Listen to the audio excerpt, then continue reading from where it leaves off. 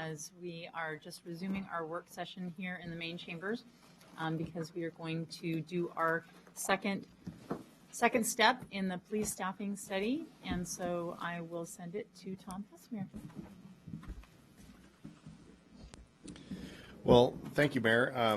First off, hopefully you guys have had some more time to kind of digest the police study and think about the presentation done by Greg Matthews from Matrix. Matrix is just finished up the final draft of the study, which is very similar to what you have received previously. I haven't had a chance to fully look through it, so I haven't distributed it to you or to anybody else, but we certainly will, and we'll put it up on the website and make it available to the public. So I guess this is really just an opportunity to, for you guys who've had some more time to digest the material.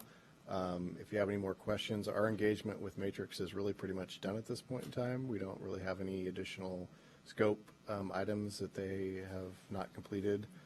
So if there are things that you want additionally from them, certainly they'll be happy to provide it. We just would have to increase our scope in order to do that. But other than that, I don't really have anything. This is your time to ask questions or start a dialogue or to start considering what implementation steps might be next or other items relative to the study.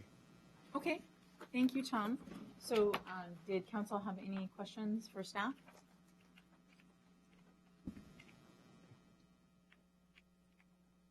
Okay, all right. So has we had the staffing study delivered to us, and so I wanted to bring it back to council because there weren't any recommendations for adding staff, but there were some recommendations in tweaking our services, and so I just wanted to have an opportunity to talk about that with council and hear what you thought. One of the recommendations, because there was requests for increased services, one of the options was that we ask Washington County to take our most evening service that has the least amounts of calls. If we want to do something like that, we would have to make a request to Washington County for that to happen. And then they would, I believe, correct me if I'm wrong, Tom, then they would come back and either accept or deny our request. And if they accept it, then they would begin the process of making a proposal to us. Well, I mean, I guess I don't know what the formal steps would be because there hasn't been a whole lot of communication, but certainly, you know, they're not going to do something that's outside of what would be wanted by city council and or the citizens of Sherwood. So I think it would kind of enter into kind of a conversation about what things might look like. It's at some point in time that would probably come down to, you know, concrete proposals back and forth, but that would be after, you know, some consideration and kind of just figuring out what's best for them, what's best for the community, and how you would move forward from there. Okay. Okay, well, I'd be in favor of asking them to start the process of giving us some information.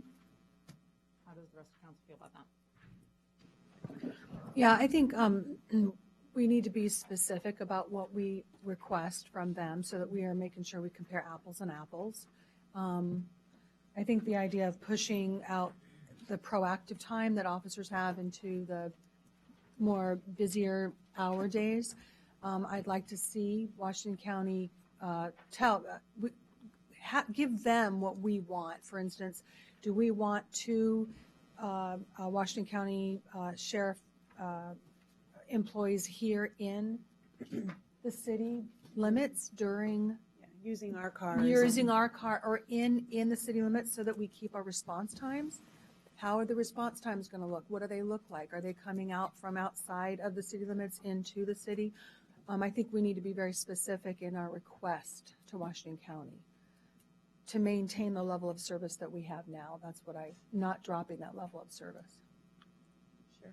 Does that make sense? Mm-hmm. I agree. I feel like we can't make a decision without any data. So. Correct.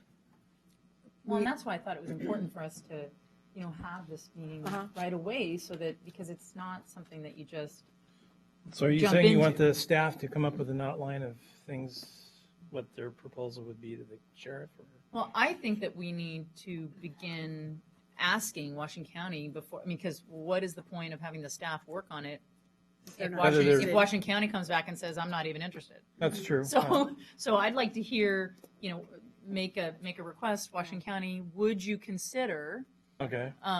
taking some of our service? And then if they come back and say yes, then, we can work with Then staff. we can go down that road. Yeah, then we can Well, work and with the staff on it. consultant said he spoke to them and that they were. But willing, that we I had to think make we the need to- request. Yeah, we need to. Yeah, I would That it suggest had that to- it actually be a formal request Yeah.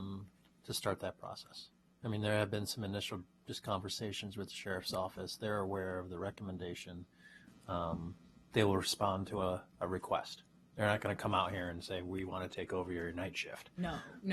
It's more just, are you interested in Well, and- working with us? And what would the cost be? And likewise, I'd like to see our staff, and primarily the chief, give us information about if, in fact, we were to go down that road, what could we do with our existing staff as far as funding the SRO that was also recommended?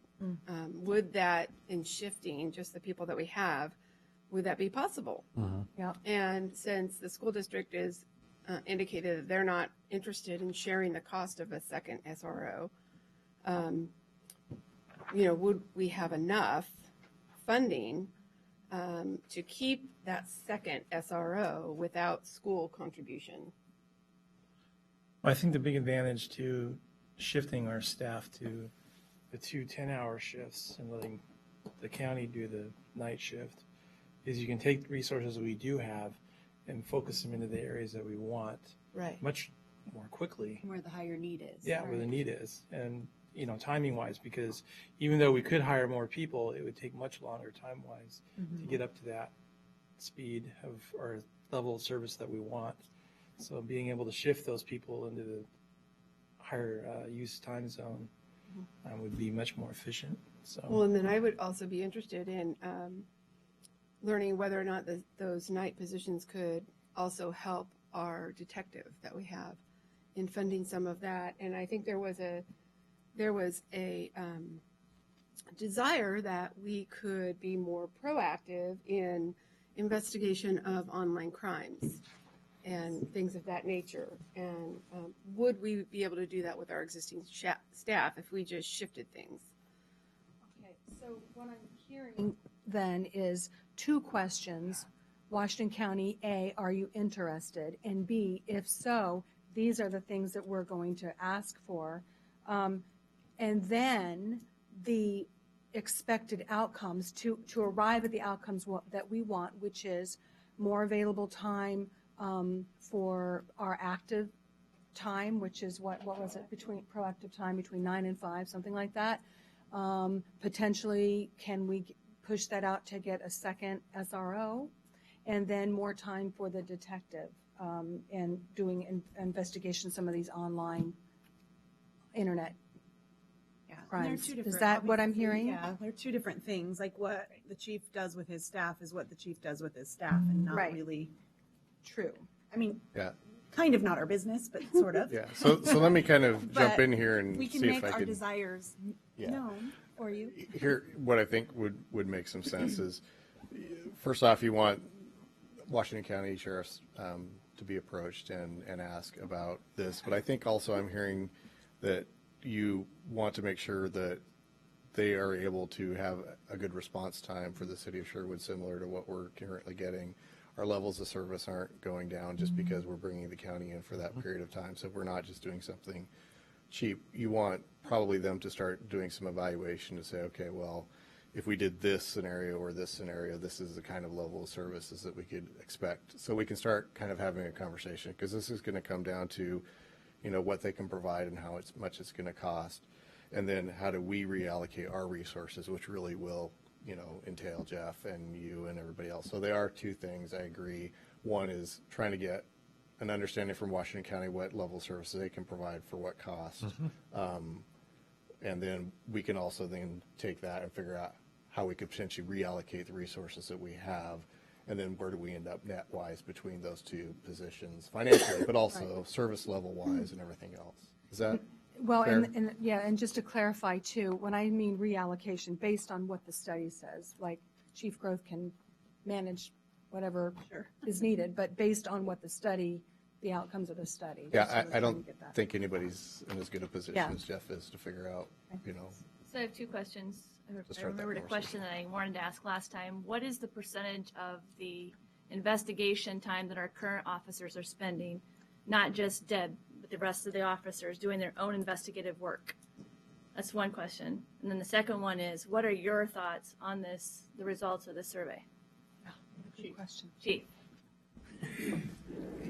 So the percentage question is really hard to answer. And I know for sure that I can't give you an answer tonight. I'd have to go back and dig, quite frankly, to see if I could assign a percentage to it. I can tell you that our patrol officers are investigating anything, the extremes from easy thefts, which you would expect a patrol officer to investigate, to pretty significant fraud sometimes when they occur. So lots of stuff in between there. So I would say roughly of all the cases, if you're able to just to apply a number to all the cases that require some kind of follow-up investigation, I could safely tell you that the vast majority of those are being done by patrol officers as opposed to our detective. But to tell you what percentage that is, that would be, I couldn't do that. Your second question is really kind of a huge question. So you're asking for my input about the entire study and report, or were there, it'd probably be easier for me to, if there were questions about specific components of it.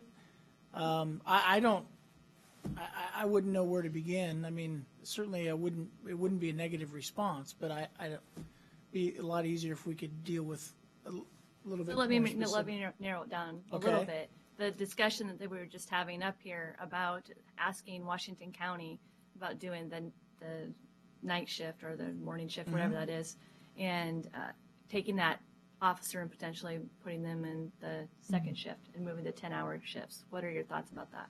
Well, anytime you free up within a 24-hour clock, anytime you free up chunks of time within that clock, there's resources that can be moved to other places. So the thoughts and the assumptions, maybe the wrong word, that are being discussed or I think are right on. We would have to sit down.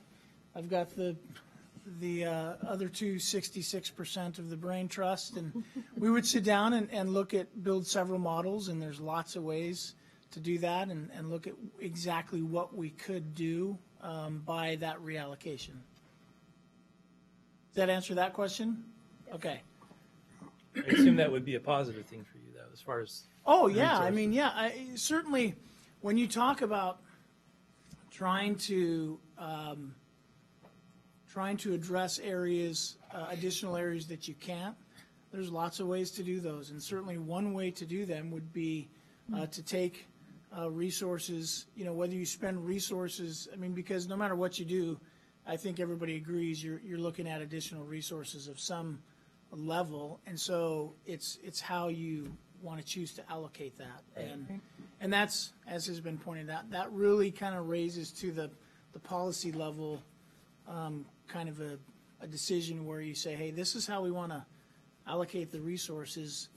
And then it's my job to say, okay, these are the resources I now have, and this is how I think is best to police this community based on all the information that I get from the community and from you folks and what we identify as a need and so on and so forth.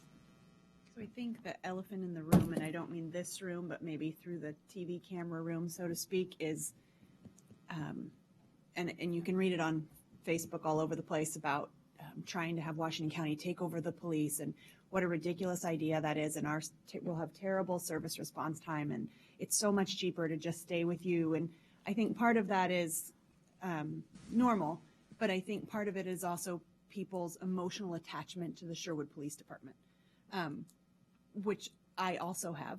But I think looking to you and your staff to have an opinion on, are you guys all sitting back in the break room saying, this is a terrible idea?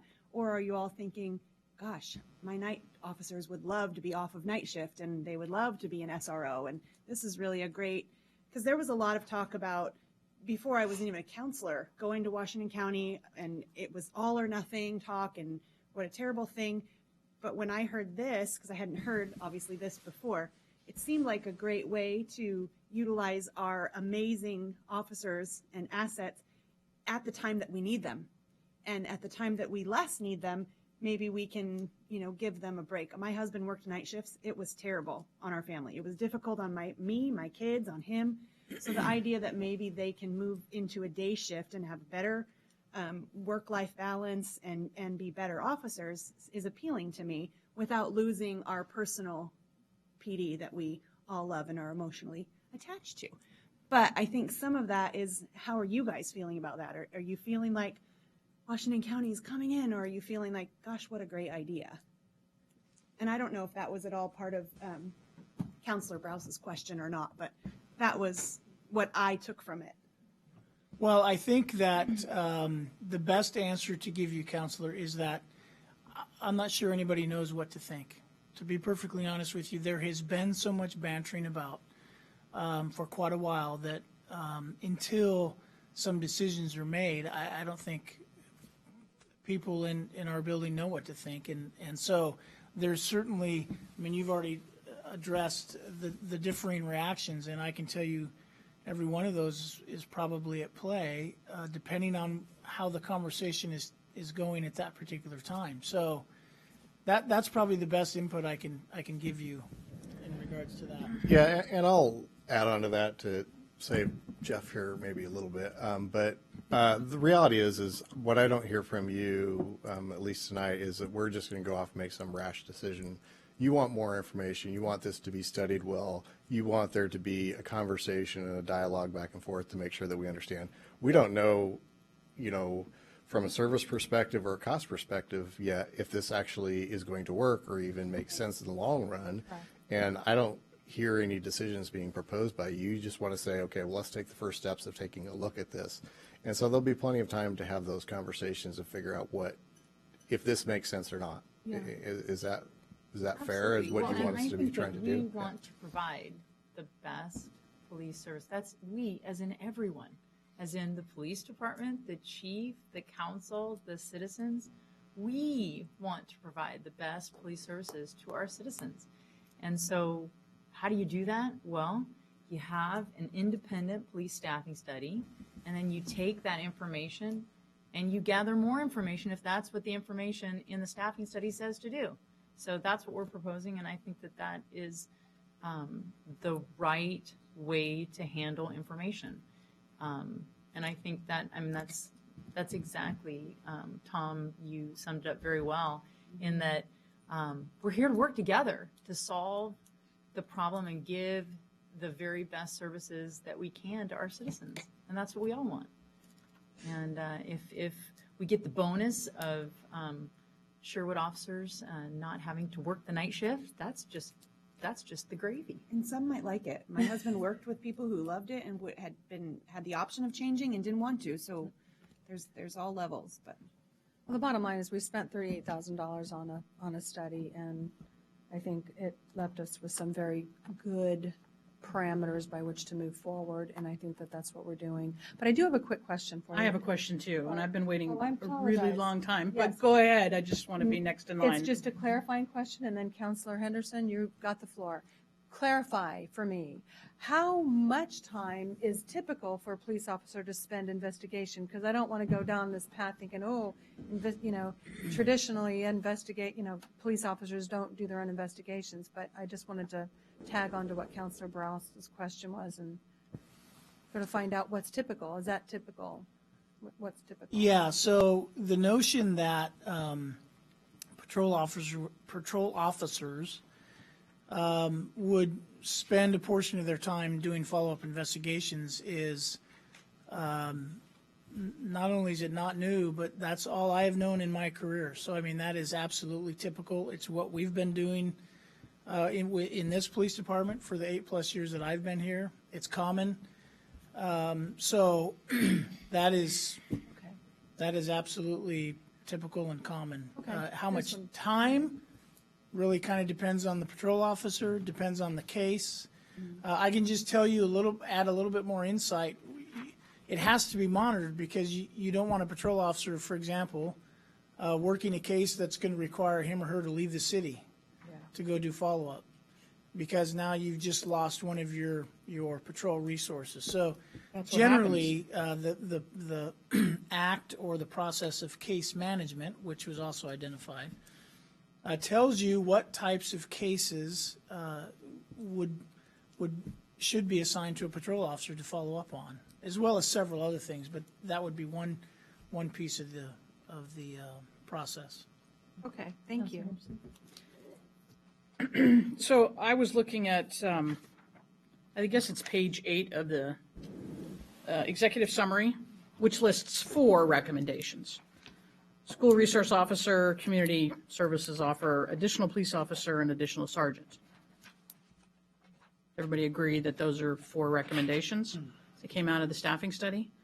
So part of me is wondering why we're focusing on only the Washington County aspect, when that, of course, that's a way to shift resources to daytime activities, drug enforcement, investigation, drug prevention, student resource officer.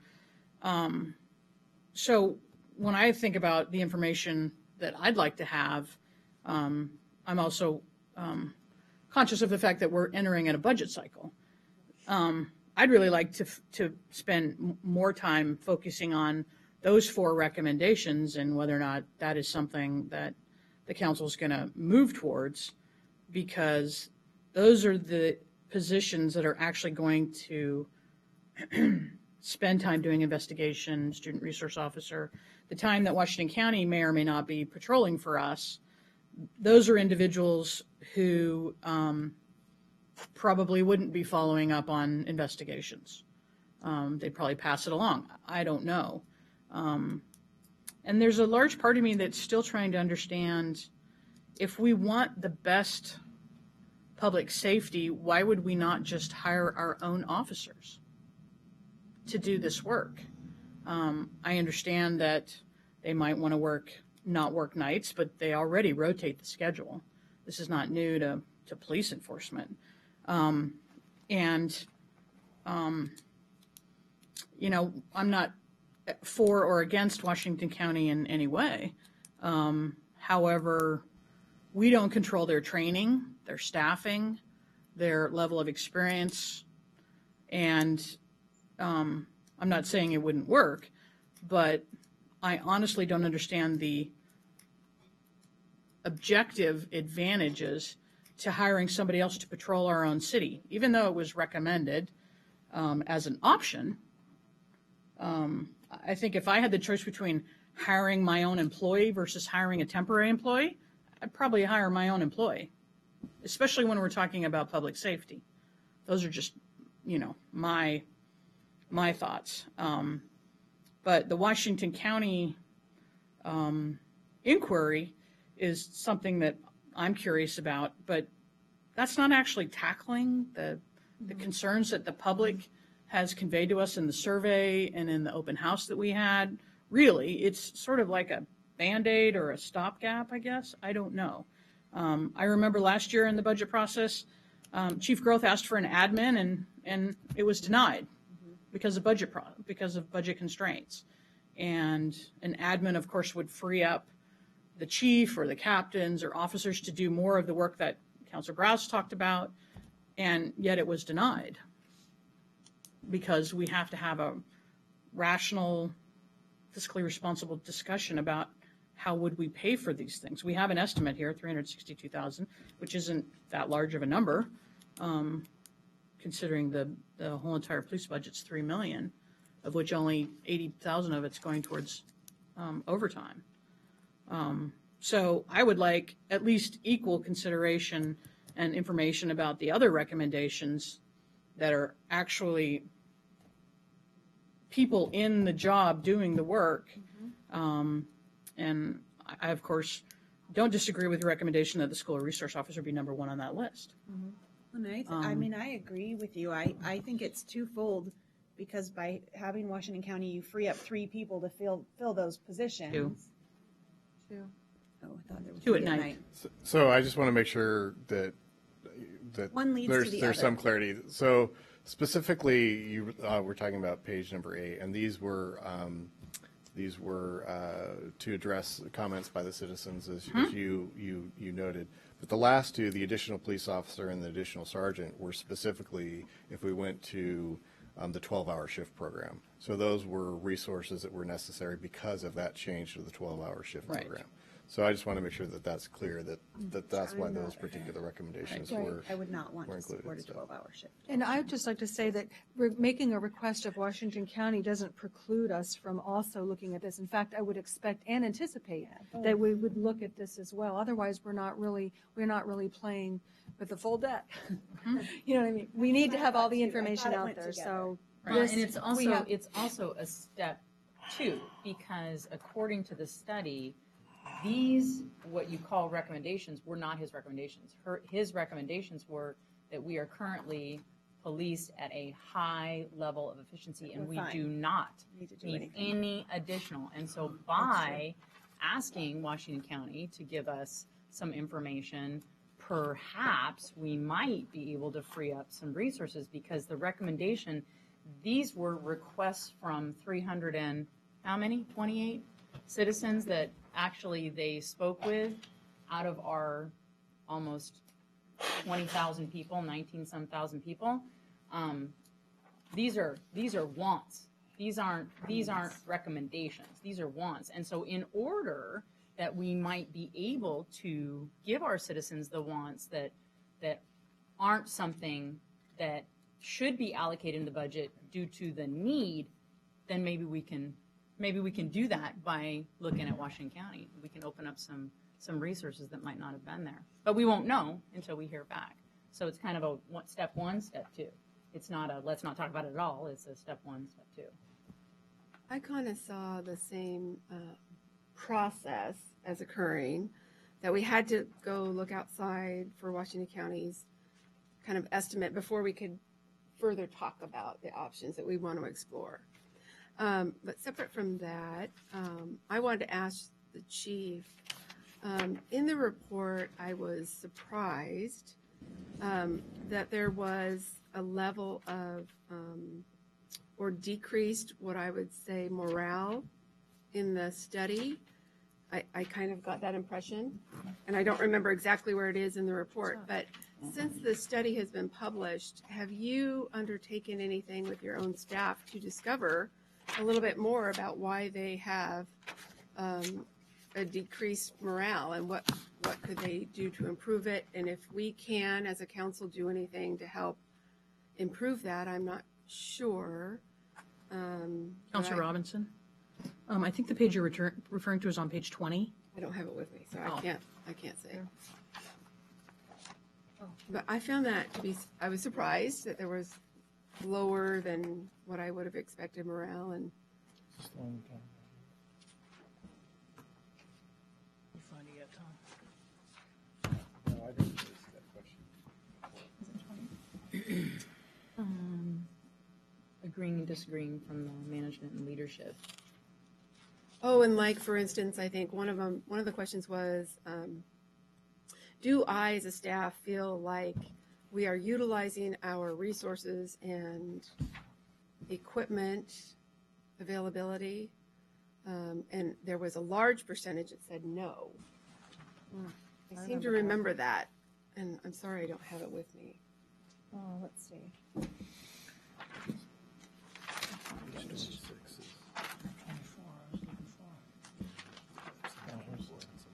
Was it the, Counselor Robinson, was it the school-related in particular? I think here we go. she's Here looking we at go. page 24, there's a So- statement, agree, disagree listing. Well, from and then the there's, staff. page 20 is number 24 on that page. We have sufficient supervision in the field. So 68% of the staff felt that that was not the case. So I'm going to try to address, you've brought up a couple different things, and it's always easier to start with the last one first. So on the supervision component, there is, this is really kind of an interesting thing here because Tom and I have talked about it.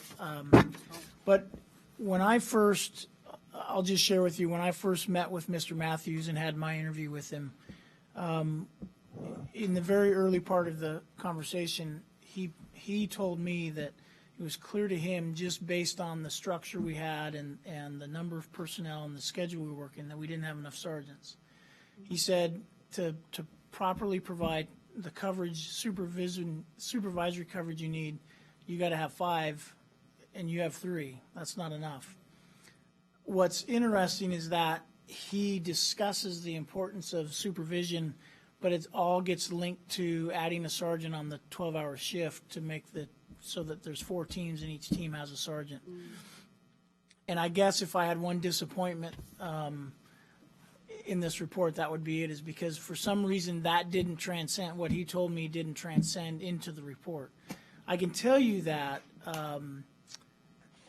supervision is a critical component for risk mitigation, liability reduction, and so on and so forth. And so what you are seeing then on question number 20 or question 24 is when he posed that question to our staff. And I can tell you that our staff, that's a fair representation. They do not feel that there's enough supervisors. We see on evaluations consistently that, I only work one day out of my work week with a sergeant. It'd be nice if I had a sergeant on more.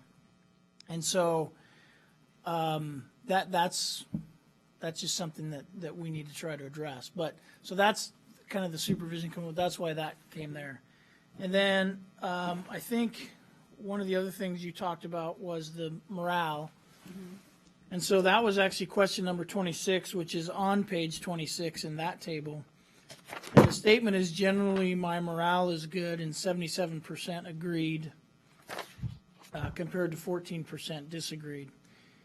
I can tell you that always hits a leader as a concerning thing, but when you stop and think about it, it's kind of like a moving target. It is so personally defined that it's really difficult, and there are a lot of leadership theories that address morale, from the one extreme that says morale is an individual choice and each employee in any organization determines their own morale, to the other extreme, which is, you have to do everything you can to keep people happy, so to speak. So I can't tonight sit here and really give you a very intelligent answer on that, because morale is kind of that one concept that, again, for 26 years, gets thrown out there, and you really don't know what it applies to. But I will tell you that from a general perspective, 77% agree that their morale is good is probably a pretty fair number. I guess I was comparing it to number 27, which said department morale remains high, and only 55%. Yeah, so that, and I'm glad you pointed that out, because in focusing on the specific questions, I didn't see that. But that really makes my point, and I can't say that I can't speak to why people answered that question, but it's a conundrum, because on the question before they said my morale is high, but I think everybody else's is low. Morale. And so I don't want to, as the chief, as the leader for this department, I don't want to be the one that comes down, or it gets misinterpreted that, your morale doesn't matter. No, it does matter, but it's not an easy concept to wrestle with, I guess is the best way to put it. And those two answers, I think, make my point. Yeah. Well, and also, morale is important, but if you look at question 28 and 29, I plan to make a career at the Sherwood Police Department, 82%. I would recommend Sherwood Police Department as a place to work in law enforcement, 86%. So, Right. As Counselor Henderson was just saying, morale is more of a snapshot. Yeah. But the real answer is in those new Right. questions right there. I can tell you that if you look at our vision statement, a component of that is that Sherwood Police Department is a place of destination. And really, if you look back at the history of our hires and our retention rate in the last 8 years, and I say that just because that's, how long I've been here, we've got a very high retention rate.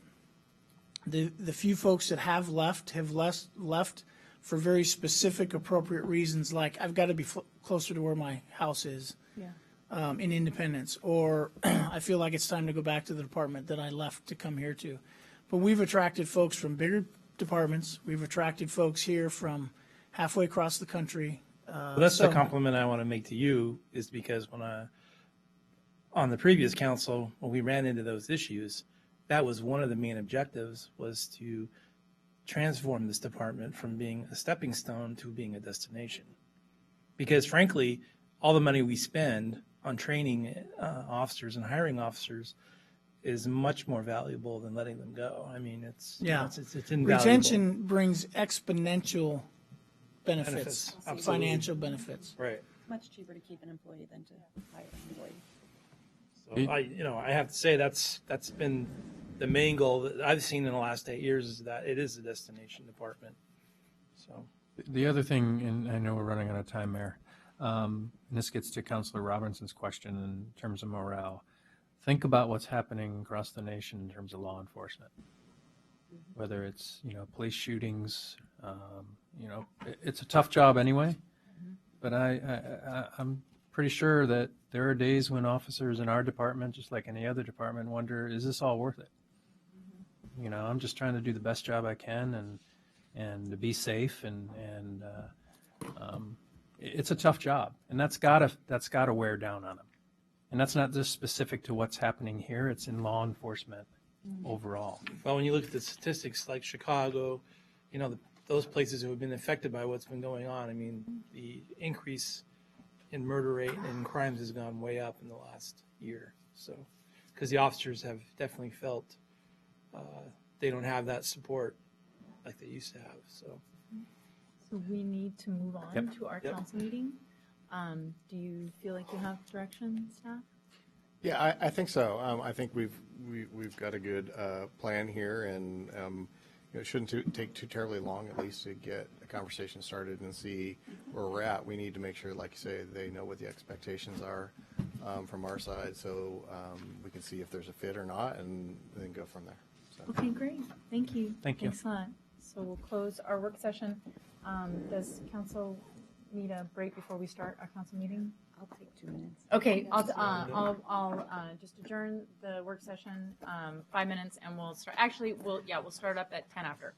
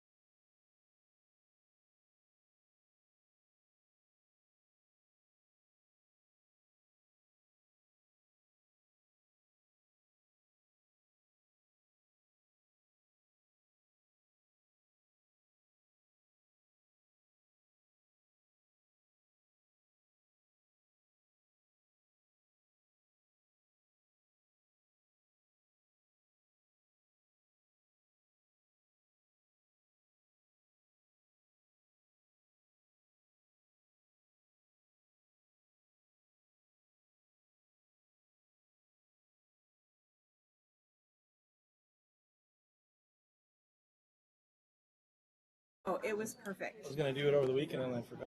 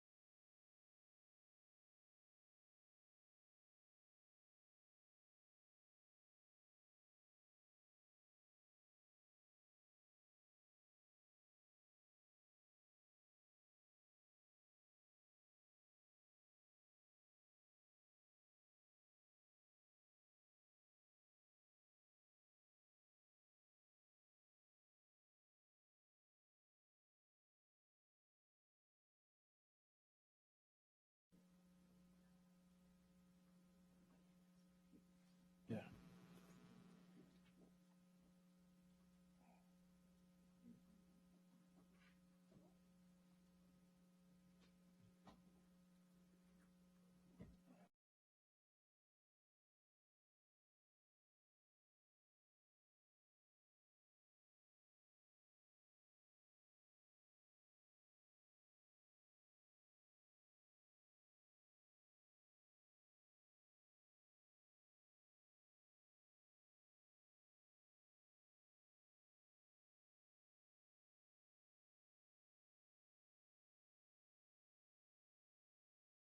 Call to order our city council meeting. Please join me with the Pledge of Allegiance. I pledge allegiance to the flag of the United States of America and to the republic for which it stands, one nation, under God, indivisible, with liberty and justice for all. Sylvia, roll call. Mayor Clark, Here. Council President Harris, Here. Councilor Henderson, Here. Councilor Kuiper. Here. Councilor Robinson. Here. Councilor King. Here. Councilor Browse. Here. Thank you. Approval of the agenda. Do I have a motion to approve? I'll move consent, Second.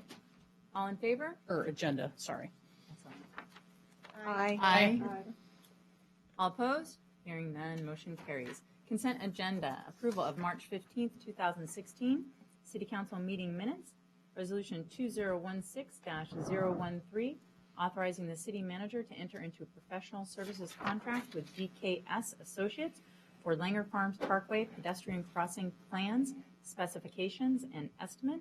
Resolution 2016-014, authorizing the city manager to execute a construction contract for the Tualatin Street and Highland Drive Storm Sewer and Pavement Rehabilitation Project. Resolution 2016-015, appointing Rose Hewlett to the Library Advisory Board. I have a motion to approve consent. Motion to approve consent. I'll second. All in favor? Aye. Opposed? Hearing none, motion carries. Thank you, council. Next on is presentation, recognition of Eagle Scout Award recipient. I have one recipient here, Mitchell Clough. Are you here tonight? All right. We sent him notification, but we will send his certificate. Congratulations to Mitchell. We congratulate you on your Eagle Scout. Give that to Sylvia. Thank you. Proclamation National Library Week, April 10th through the 16th, 2016. I will read our proclamation. Whereas libraries are not just about what we have for people, but what we do for and with people. Whereas libraries have long served as trusted and treasured institutions, and library workers and librarians fuel efforts to better their communities, campuses, and schools. Whereas libraries are evolving in order to serve their communities and to continue to fulfill their role in leveling the playing field for all who seek information and access to technologies. Whereas libraries and librarians open up a world of possibilities through innovative STEAM programming, makerspaces, job-seeking resources, and the power of reading. Whereas libraries and librarians are looking beyond their traditional roles and providing more opportunities for community engagement and deliver new services that connect closely with patrons' needs.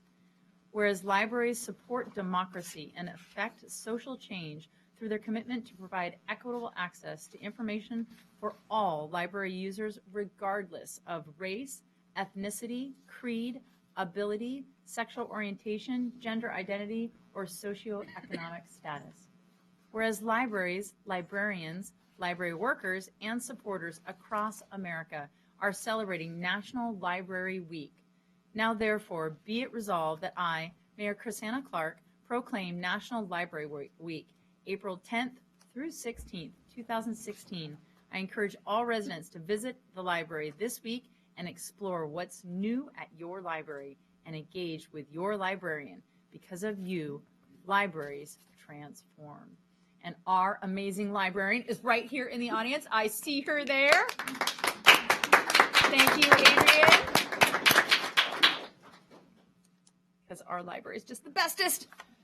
Thank you very much. So everybody go to the library. Our next proclamation is Arbor Week, April 3rd through the 9th, 2016. So I will read the proclamation. Whereas in 1872, the first Arbor Day was observed in Nebraska with the planting of more than 1 million trees. And whereas Arbor Day is now observed throughout the world, and the Arbor Day Foundation facilitates Tree City USA certification. And whereas the state of Oregon has decreed that the first full week of April shall be designated as Arbor Week. And whereas the city of Sherwood has been a tree city since 2005, this being its 11th year as a tree city.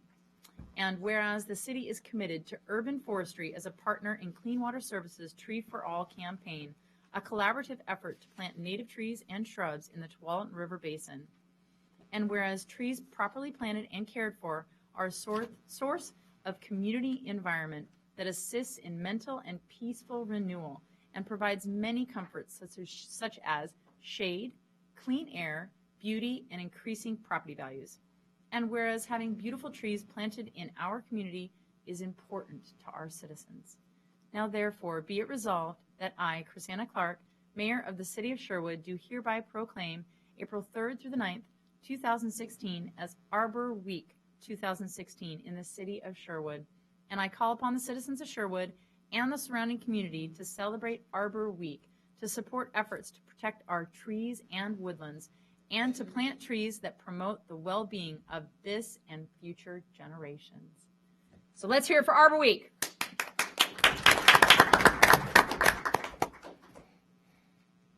was exciting without the manager. I know. All right, and my final proclamation, lots of proclamations this evening, is Volunteer Month. These are all very important. Volunteer Month, April 2016. Whereas volunteering of an individual's time and resources is an essential part of the Sherwood community spirit, and whereas individuals and communities are at the center of social change, discovering their power to make a difference, and whereas National Volunteer Week, April 10th through the 16th, 2016, was established in 1974 and has grown exponentially each year, drawing endorsements from all U.S. presidents since 1974 and from governors, mayors, and other elected officials. And whereas volunteers show every day through their actions that they truly care about our community and the people who live here. And whereas we continue to rely on the efforts of dedicated volunteers to enrich our community, recognizing the volunteer sector as the third partner with government and business in building strong communities. And whereas by volunteering and recognizing those who serve, we can promote partnership, understanding, and compassion in our community. And whereas the giving of oneself in service to another empowers the giver and the recipient. And now, therefore, let us honor, celebrate, and thank those volunteers in our community who share their time, energy, knowledge, and abilities by proclaiming April 2016 as Volunteer Appreciation Month in Sherwood, Oregon. In doing so, I, Chrisanna Clark, Mayor, call upon all citizens to help to renew and sustain the Sherwood community spirit by committing themselves to address the needs of our community through voluntary action. So everyone up here is volunteer, so let's give them a hand.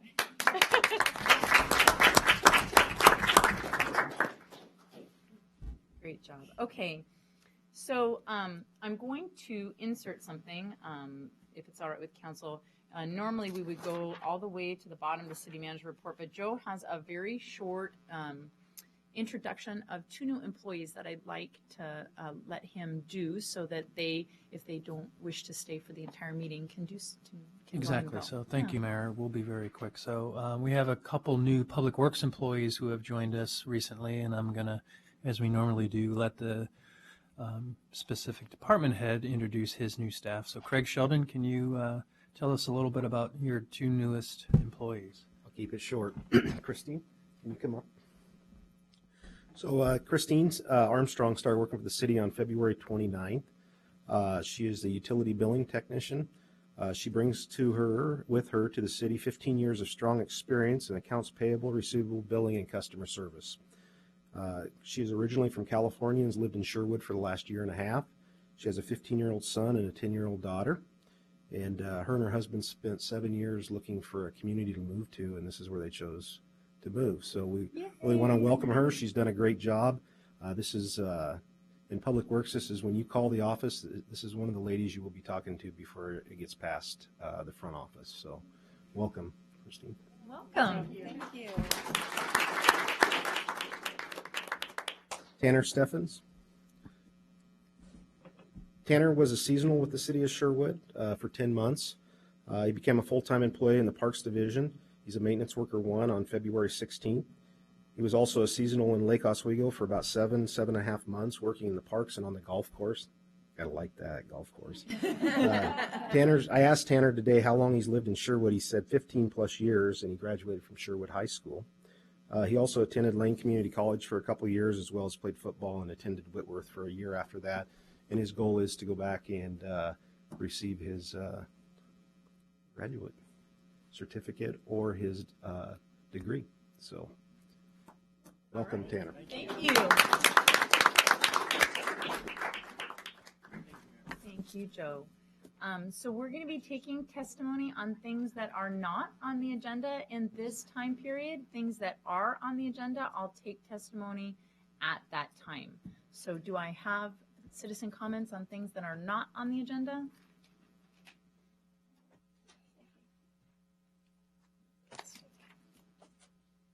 Gail Cutsworth.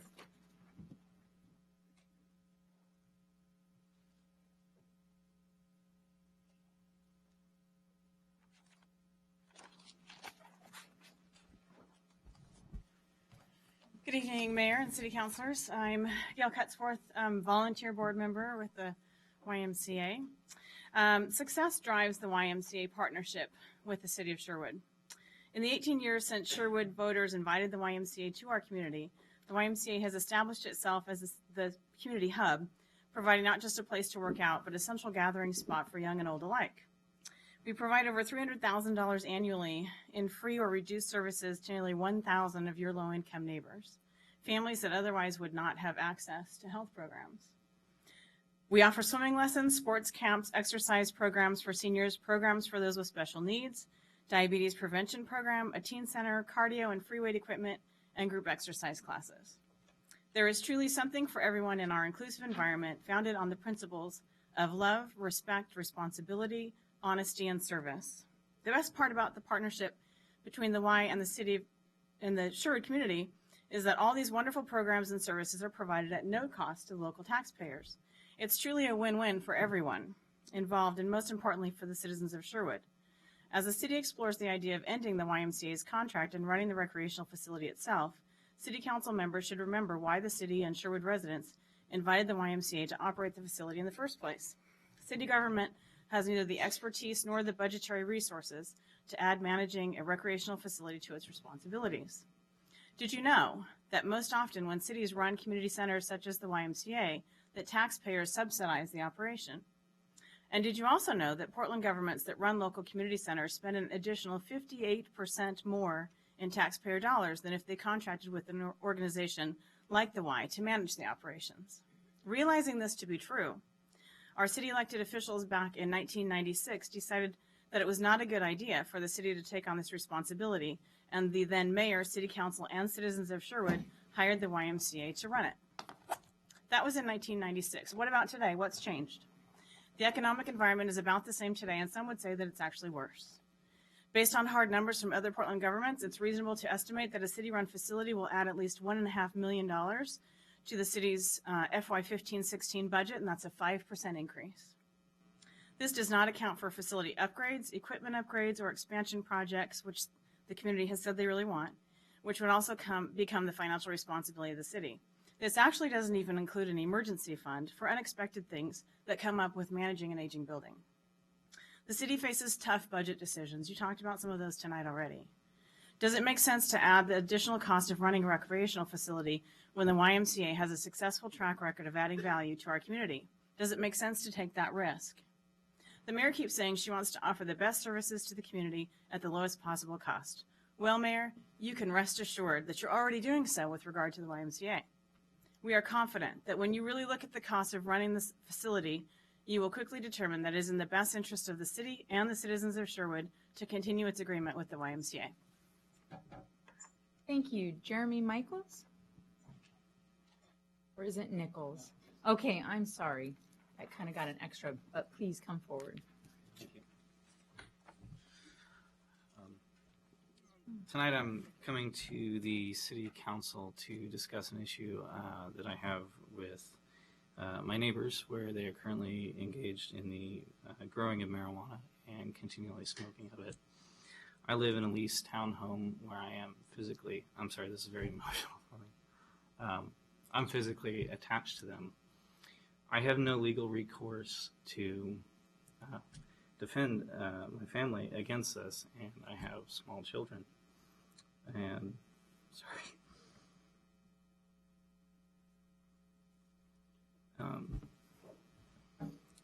I'm asking that the city consider an ordinance for odor control, just to be able to find these people, because I have no way to protect my family. I can't get out of my lease, and I can't leave, and I'm stuck. And I have to subject my family to this constant barrage of odor. We cannot close the windows because it's coming from inside the house. It's coming from the walls, and it's leaking into our house. We don't have a right to a peaceful home, and we're being imposed upon by our neighbors. The recent legalization of marijuana has caused this issue in the state of Oregon, where I can no longer guarantee that my family has a safe and healthy environment. I'm upset that the sheriff's office on Sunday night, the police department on Monday, were unable to do anything for me. My homeowner's lease are not interested in allowing me to break my lease and leave. So I am stuck, and I'm asking the City Council to consider, for all citizens in Sherwood, an ordinance that would impose a daily fine on something that is considered a nuisance and something that would ultimately violate the health and safety of my residents. I also ask that you consider in that ordinance a $100 daily fine and reimbursement for any expenses related to vacation of property during remediation. I'm sorry for the emotion, but it's frustrating when I'm getting texts from my wife saying she can't live in her home while I'm here. Mr. Nichols, may I ask where you live? I live on 17601 Southwest Heatherwood Lane. And if I could encourage you, please come to our planning commission meetings where we're talking about restrictions on recreational marijuana. Your testimony would be very valuable to us in not only the planning commission making a decision about restrictions that are necessary, but also when it gets up to the city council. Please continue to voice your concerns. We'd really love to have your input. When does that meet? Usually it's every other Tuesdays, planning commission. And just watch the website. We'll have discussion about when the next work session will be. Well, and Chief, Staff. just to clarify, you probably know more about his situation than I do, but if these people are growing and they're within the law, even the planning commission stuff isn't going to be helpful for him. They're growing for their personal medical use and. Yeah, you're right. That is where the challenge lies. Okay. When somebody's operating within the parameters of the law. So I think that, quite frankly, I think Mr. Nichols' suggestion is really good. And we try to look at it. I'm scrambling through our municipal code as I'm sitting here, and there's just nothing there that I can see that jumps out at me. So For odors specifically. I will shoulder tap Josh, and we'll see if we can't explore some remedies as a local jurisdiction. Okay, and we want to make sure that this is our public comment section, so we don't want a back and forth started, but it sounds like we've got some path for assistance with staff. And so staff will get in touch with you and see what can happen. Thank you. Thank you. Thank you. Yes, Keys?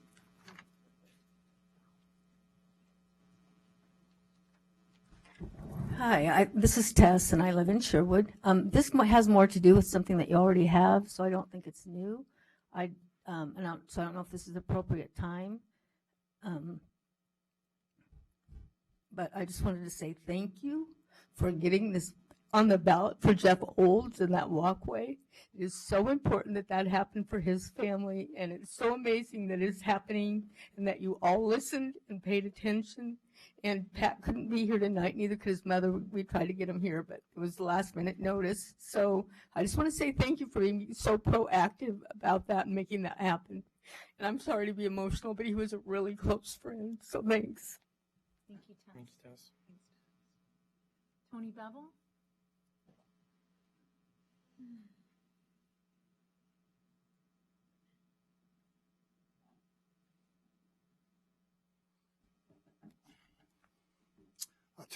Excuse me, Tony Bevel, Southwest Lindley, Sherwood. Senate Bill 1573 by Governor Brown, and this 1573 direct implications with the Brookman annexation. By Governor Brown signing this bill, she basically neutered and castrated Sherwood's home rule. What's the average citizen to think? We're asked to voice our opinions, our concerns. We're asked to be responsible citizens. By being a responsible citizen, you know, you vote. Okay, so we voted 3 times. We voted over Brookman annexation. 3 times Brookman annexation goes down.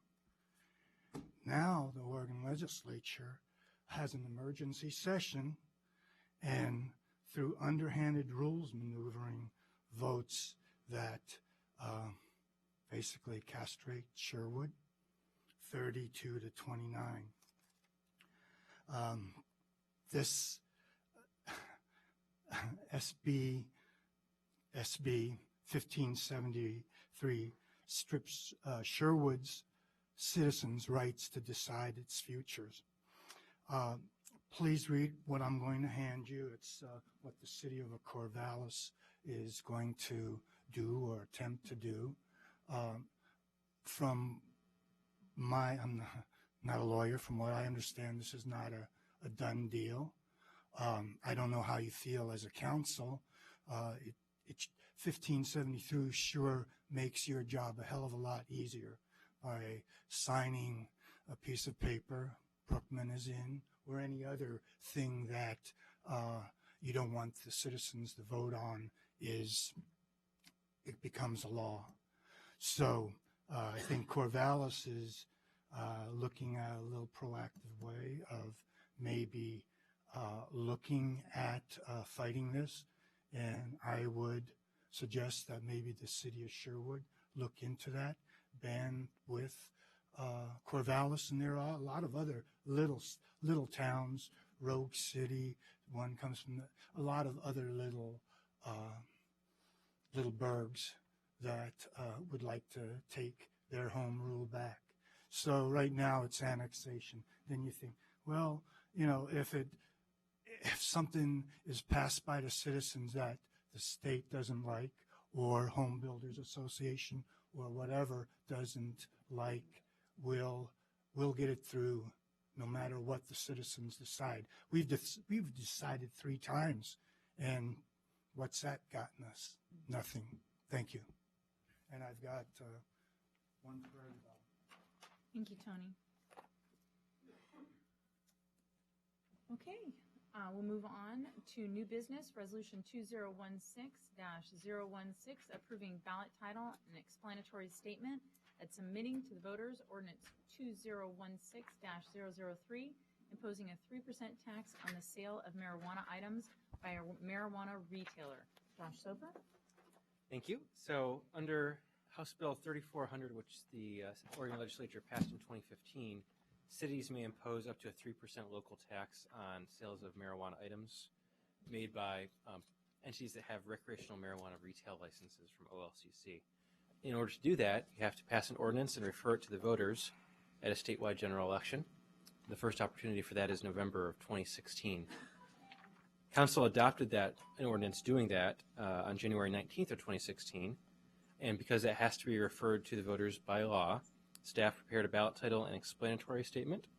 And so this resolution approves that ballot title and explanatory statement and formally refers the matter to the November 2016 election. So one clarifying point, one thing that's happened since the last time we talked about this, the legislature met again in 2016 and approved Senate Bill 1601, which allows recreational marijuana retailers to sell marijuana items to medical marijuana patients. So, originally it was envisioned as 2 completely separate systems, a medical system and a recreational system. Then the legislature in 2015 allowed medical retailers to sell to recreational patients temporarily. And then the 2016 legislature allowed recreational retailers to sell to medical patients. So now you have 2 separate systems, both of which can sell to both types of individuals. However, when a recreational retailer sells to a medical patient under this new bill, they're not allowed to collect any state or local taxes on those sales. Those would be tax-free.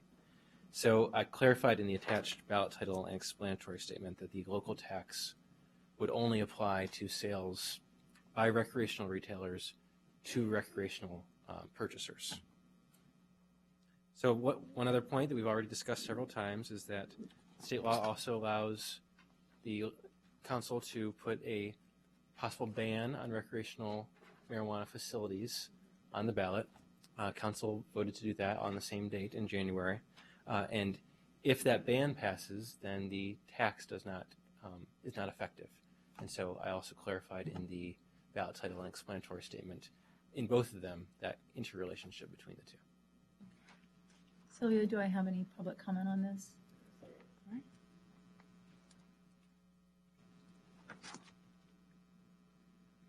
right. Okay, thank you. That's all I have. All right. If there are any questions. Council, any questions? I just have one question. Is the 3% the max? 3% is the maximum. Okay, That's right. thanks. I have a question.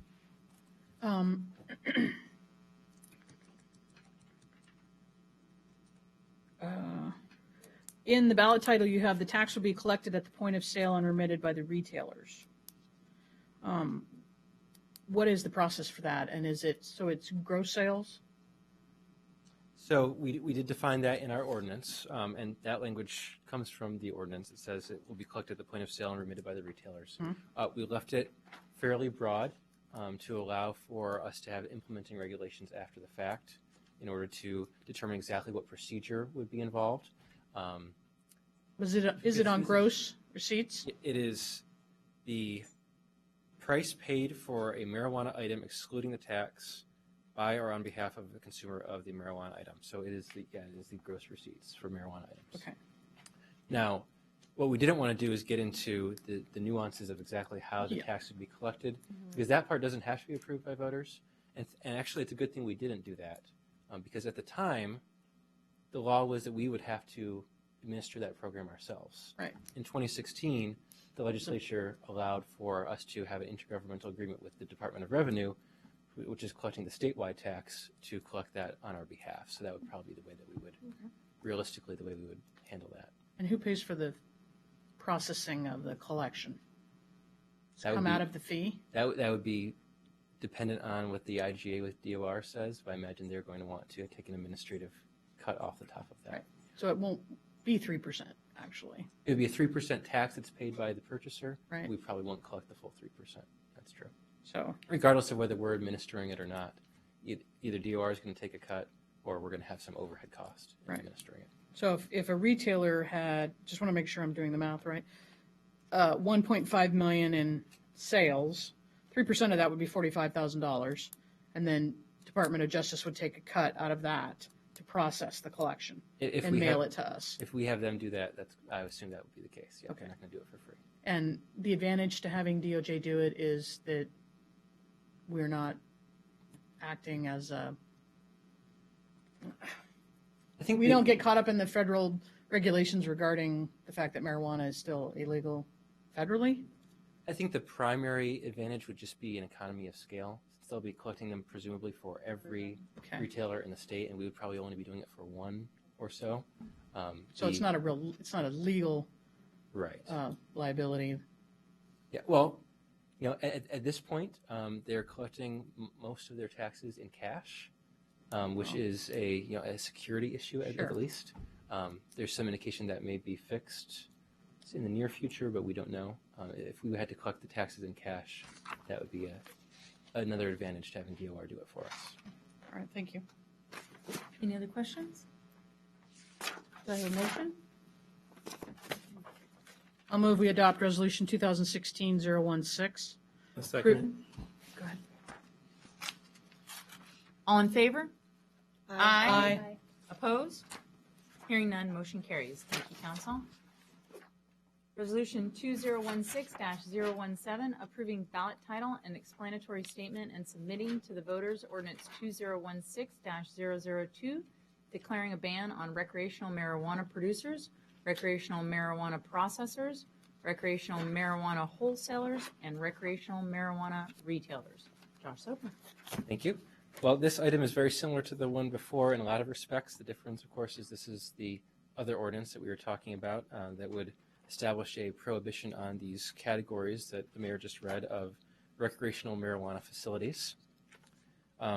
State law allows us also to do the same thing for certain categories of medical marijuana facilities, but this only applies to the recreational facilities that were listed there. And just like the previous resolution, this ballot title clarifies the way that it interacts with the other one in terms of if one passes and the other doesn't. Thank you, Josh. Do I have any public testimony on this? All right, thank you. Council, any questions, comments? Do I have a motion? I have a question. Okay, question. Could you please explain in your ballot title, just so people understand, if this measure is approved, the city will be ineligible to receive distribution of state marijuana tax revenue and unable to impose a local tax. We've already determined that the local tax is 3%. It's a maximum. So can you explain how the state tax is determined and distributed if it would apply to us in the future? Sure. as And currently written, because it could change, I'm sure. Of course, and actually, there's been some discussion about changing it already. That's So what I've heard. all of this is a moving target. So you have in front of you the ballot title on the front page, and then on the back you have the explanatory statement.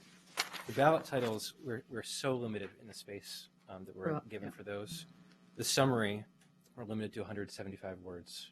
There's only so much that you can say in 175 words. So I try to go into some more detail in the explanatory statement.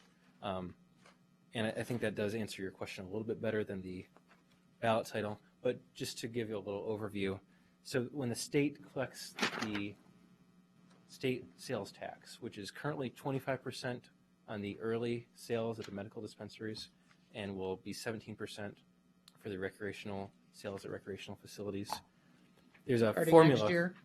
Starting probably this fall. Oh, okay. Yeah. There's a formula for how that's divided into a number of categories. 40% to the Common School Fund, 20% to mental health, alcoholism, and drug services, 15% to state police, 5% to OHA, and then 10% to cities and 10% to counties. So it's that 10% to cities that we're talking about. And that 10% to cities is earmarked to assist in performing law enforcement duties under Measure 91. And so I mirrored that language in the explanatory statement. That's all the guidance we have for what the restriction is. It said it's for law enforcement duties in relation to Measure 91. That 10% is allocated to the cities, and then in terms of how much each city gets, initially it will be based on the population of the city in proportion to the other cities in the state. And then starting on July 1st of 2017, it will be based on the number of recreational marijuana licensed facilities you have in your city as compared to the rest of the state.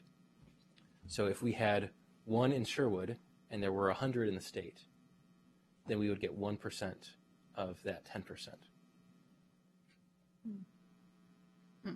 So the way you get more of that is to have more facilities. That's true. Yeah. A quick question on the 40% going to the school general fund. Do they allocate that according to whether or not a city bans recreational marijuana sales? I don't believe so. I haven't dug into that one as much. I think that just goes into the Common School Fund and then it's divided according to the usual Whatever formulas. I think they could do that legally. Okay, I just wanted to verify. And each district has their own, formula. Good question. Yep. Any other questions?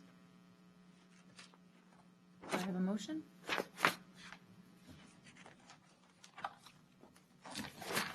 I move that we approve Resolution 2016-017. A second. All in favor? Aye. Opposed? Nay? Motion carries. Thank you. Resolution 2016-018, a resolution opposing ballot measure number 34-244. Do I have any public comment on this, Sylvia?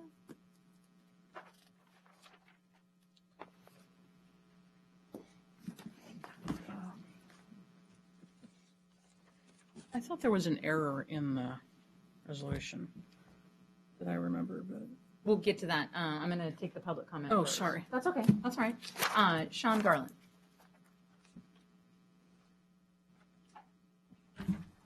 Hello, Mayor, City Council. I'm Sean Garland, 14711 Southwest Brook Court here in Sherwood. I'm here today to speak in favor of the resolution that we'll be hearing about shortly. The resolution, excuse me, as we'll hear, is in opposition to ballot measure 34-244. I'm opposed to the general basis of the ballot measure 34-244 as it's been proposed. The requirement of that ballot measure is that any additional fees more than 2% for services such as infrastructure, amenities, etc., would require a double majority vote in order to be approved. To be very clear on what a double majority vote is we need more than 50% of the citizens of Sherwood to vote in favor of that, those additional fees, and also to have more than 50% of registered voters actually vote for those fees. That's not going to happen. We are not going to get more than 50% of the voters in Sherwood to vote. It doesn't happen here. It doesn't happen in the state. The big issue I have with that is, say we've got the most popular fee increase proposed. Everybody in the city loves it. We have a vote 70, 80% in favor of it. We get less than 50% of the people turn in their ballots. It does not get approved. That's ridiculous. The city council here, we've all elected these councilors and the mayor. There are elected representatives. We trust them to know what they're doing, to understand the big picture issues. I know many of the councilors and the mayor personally. I know how much work they put in daily, weekly, monthly, volunteers, how much work they do on understanding the background of all the fees, all the structures, everything that's put in, not only here in Sherwood, but in all the other cities in the area as well. There are so many intricacies of how our fees are structured, the long-term planning of the fees, what has gone into these, why the council decides to approve these fees. I trust the council and the mayor to know what is best for the city of Sherwood. One of the other big things here, of course, as well, is if this does for some reason pass and there's fees that are in excess of 2%, we would have to have a special election for these additional fees. Estimated that that's going to cost $10,000 per special election. That blows out the whole idea of saving money on these fees. I don't understand the logic behind this measure. I'm opposed to this measure entirely, and I support the council on Resolution 2016-018. Thank you. Thank you. Thank you. Kurt Christensen? Okay, he's left. Okay. Alan Pearson?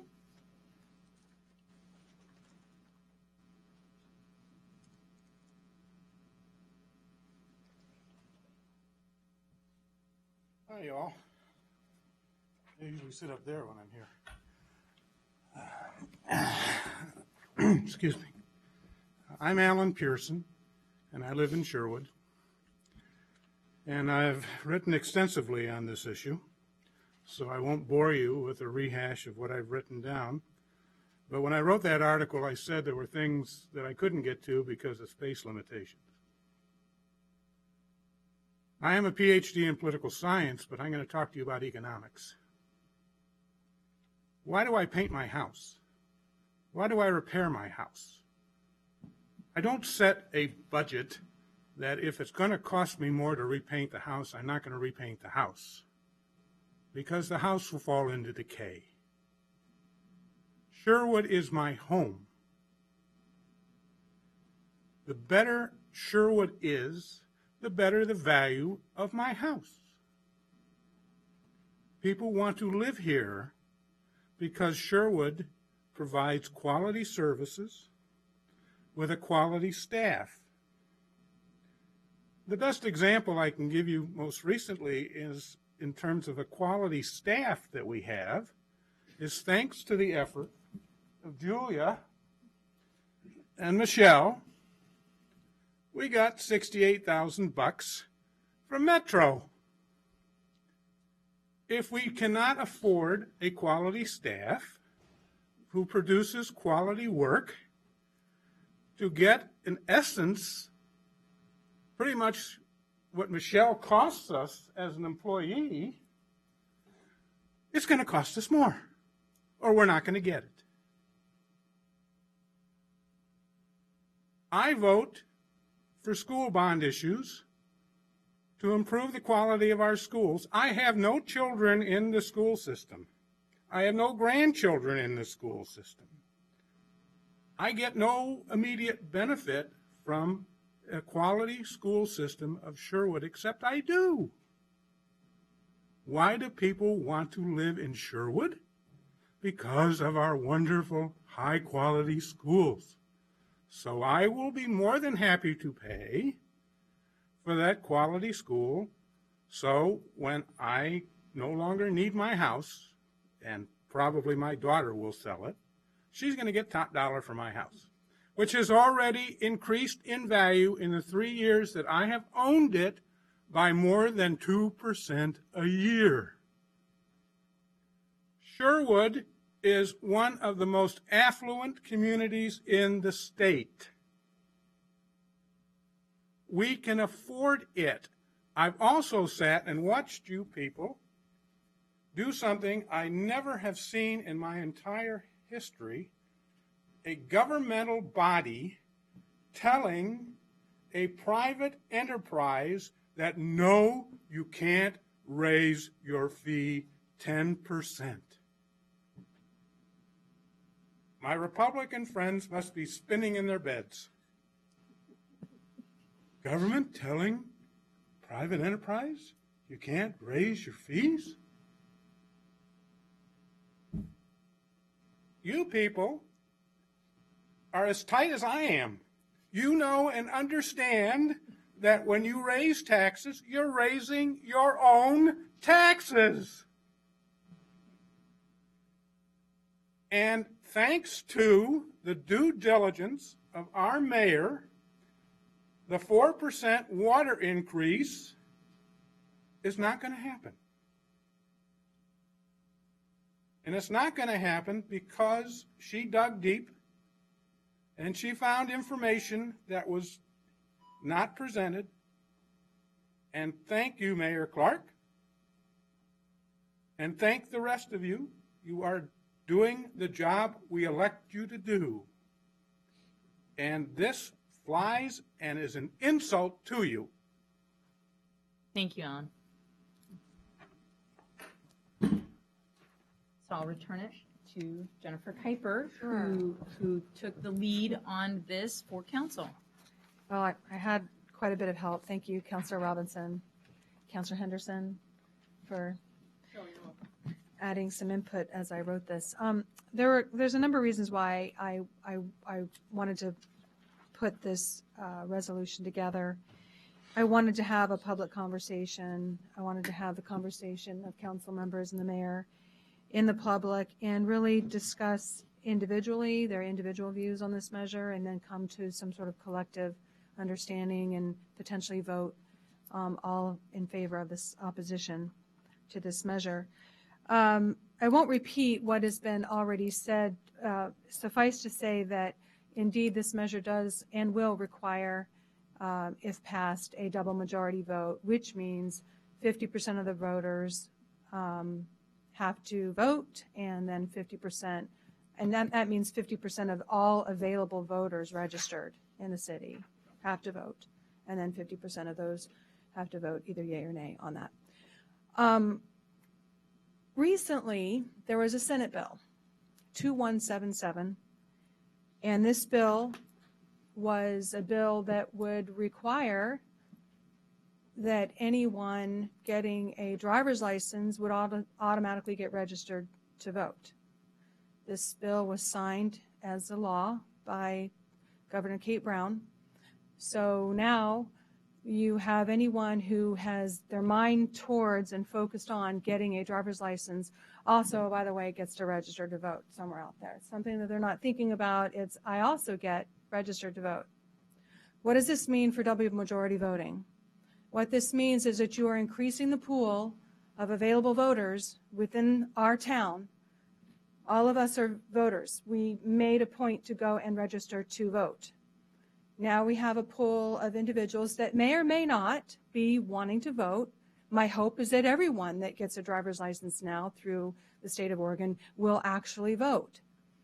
But alas, I don't think that's going to happen because it wasn't a targeted act on behalf of the person getting their driver's license to get registered to vote. What does that mean for double majority voting? That means that we will likely not get the majority vote that we need on many of the measures that come up for vote. And I did some research, and I will tell, and everyone here knows this, there's a lot of talk, there's a lot of rhetoric, there's a lot of tactics. They bring up, you know, you can bring up Flint, Michigan water, and I can talk about that too because I followed it. We can talk about a lot of things. We can talk about, this is about the water tax cap. We can talk about a lot of things. But I went back into the Washington election. You can go back there yourself. It's very interesting data.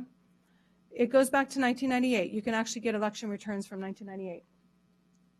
And you can go back and you can take a look at the number of precincts that voted and what the percent of voter turnout was. So I go back and I'm still doing the research, but I at least have some statistics for you. May 2003, 33% turnout. November 2003, 34% turnout. November 2001, 36% turnout. March 2000, 40% turnout. November 1998 was a general election, 58.4% turnout. May 1998, 29% turnout. So again, this is just my very quick tinkering around on the internet this afternoon, trying to come up with some data. I will be looking at all the data to come up with and see how many times we've had double majority voting on this. So this is just something to think about.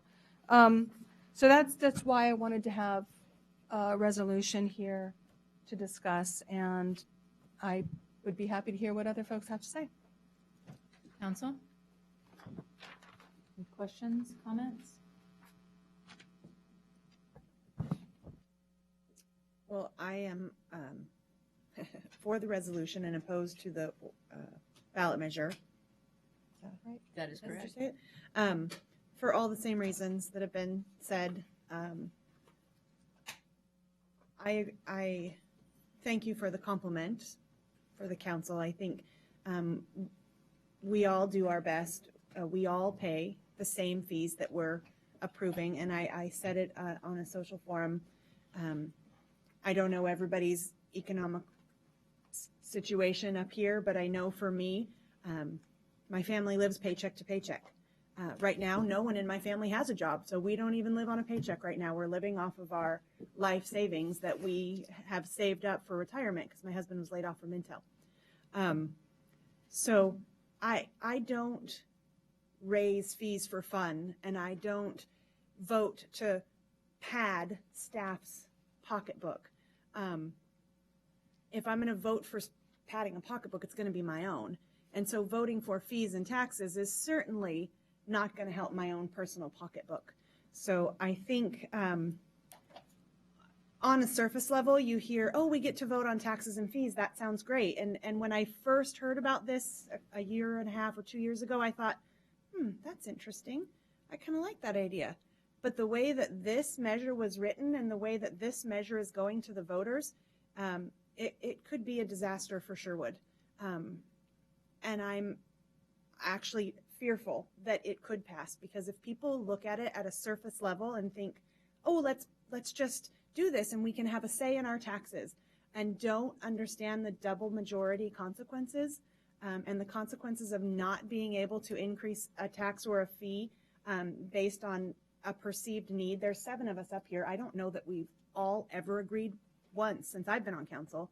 I don't think it's almost never that we all have the same opinion on something.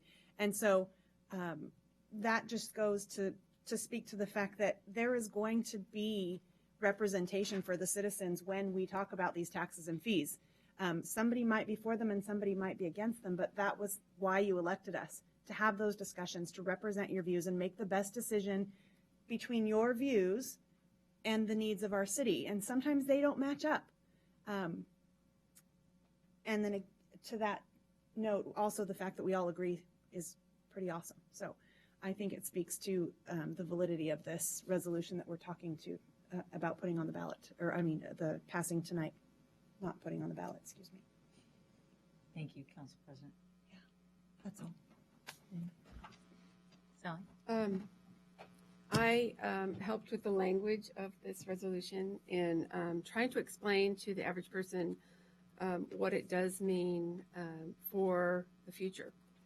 And I won't repeat all of what's been said, but one aspect of this measure that most people do not understand is the funding sources for the city and how the city operates. And so I will just briefly say that your general fund covers all of your administrative things, and your general fund is not allocated to anything in particular. And so you have funding sources from your system development charges that only have to deal with certain parts of the city's operations, like water. So, you know, when you have a new business come to town, you pay an SDC fee for the water, and that can only be used for that. But if we need more money over here in this water department, and we can't pass a rate increase above 2%, what happens is we draw from the general fund, and the general fund then goes to fund the water issue. And when that happens,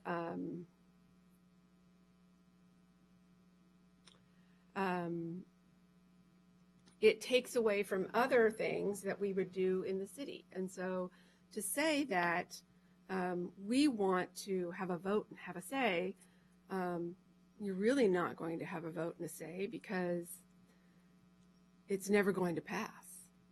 A measure is never going to pass when you have a double majority. And so you're stalling the city by an inability to adequately fund something that's necessary.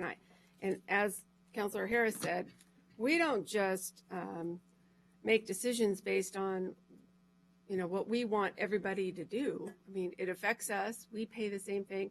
And quite frankly, I'm proud of all of us up here and the amount of time that we spend on every single issue that has to do with rate increases. We dissect and we question and we think of options and we really analyze why is it that staff's consultant is recommending a higher than 2% rate. Why is that? I mean, I don't like to pay water rates either when they increase every year, but there's a reason out there. There's a $29 million facility we have to build. If we're going to be able to provide our citizens with the same amount of service that we do today at a higher population, then we are going to have to find a way to fund it. And $29 million coming out of the general fund is going to bankrupt the city. So I think that this measure is an awful way to gain public participation. What we would much rather you do is please, please come to our work sessions, give us your input, ask questions, challenge the conclusion like we all do, and let us hear you as citizens. And if you aren't able to make the meetings, email us. Comment on the surveys that we make available to you on our website. Give us your information that we would, and we do read all the emails that come into us when we're making a decision on things, and participate in that way. We're not acting frivolously, and we do take our role as your representative very seriously.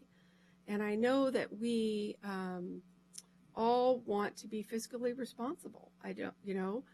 We've made some decisions in the last year that were really hard decisions. And we challenged the norm. We challenged, do we need that rate increase for Pride? Is there something else that we can do? What about, is there a way we can get water rates down? And in fact, there was. So, we're doing a good job for you.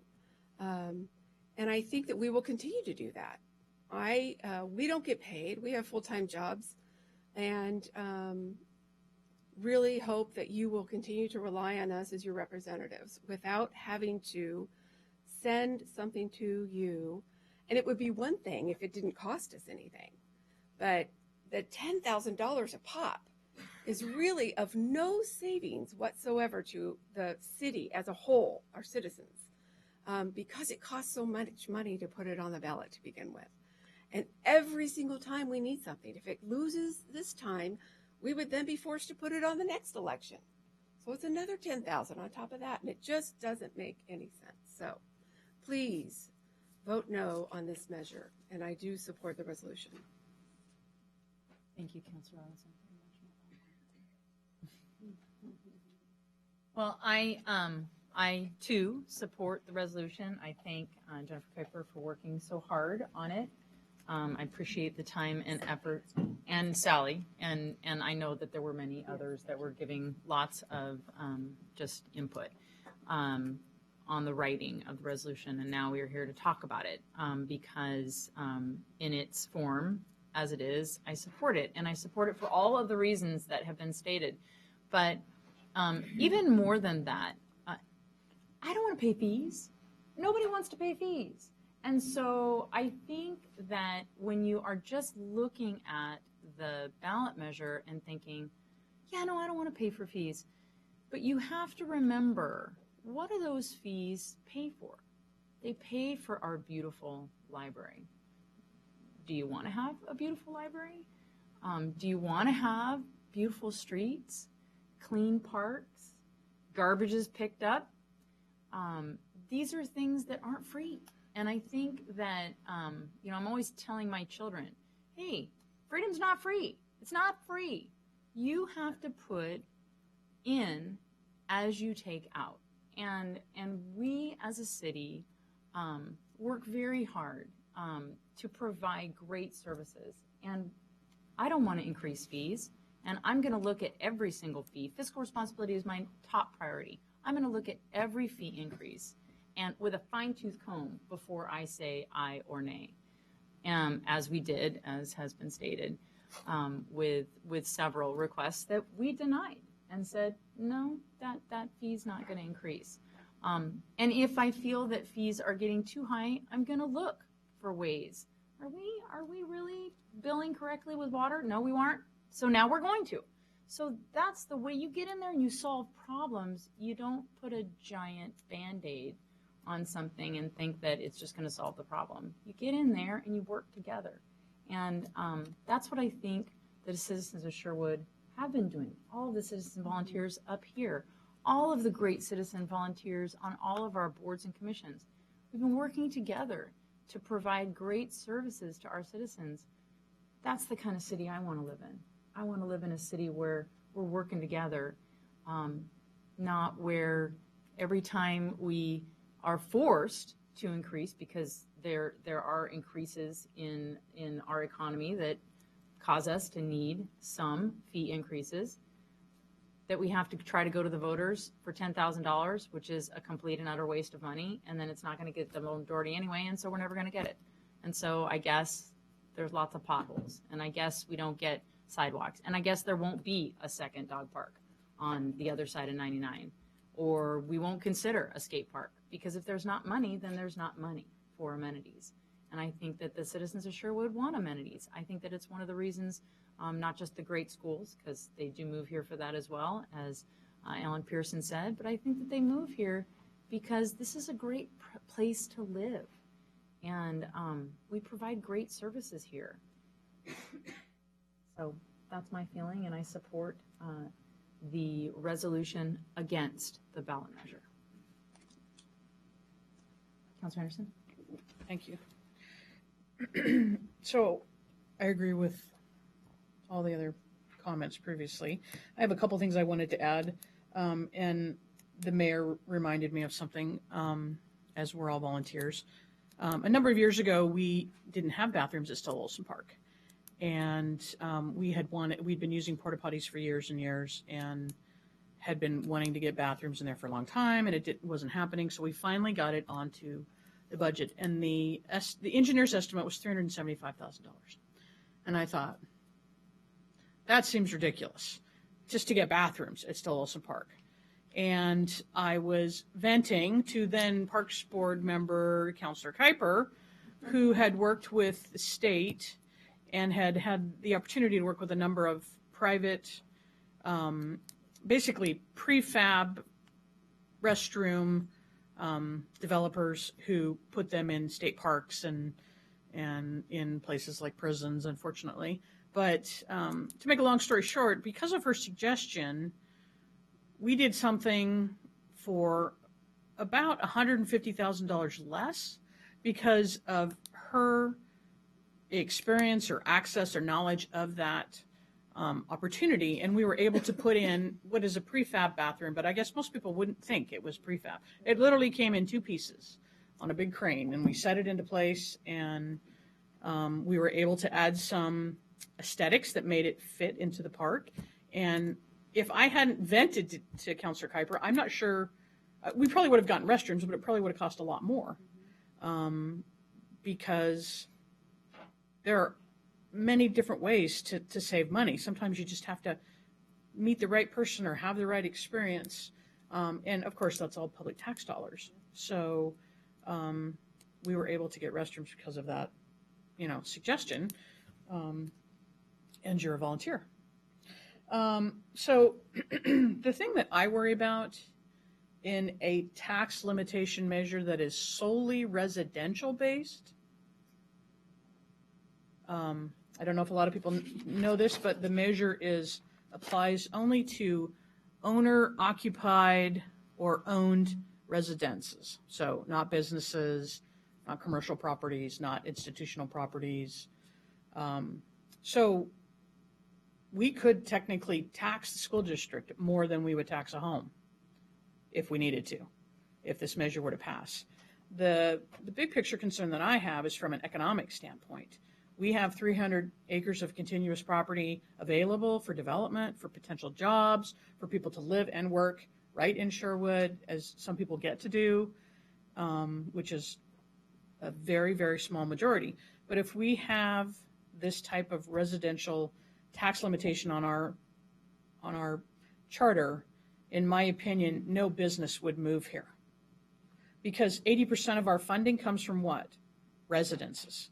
And 20% of our tax base is other, commercial, retail, industrial.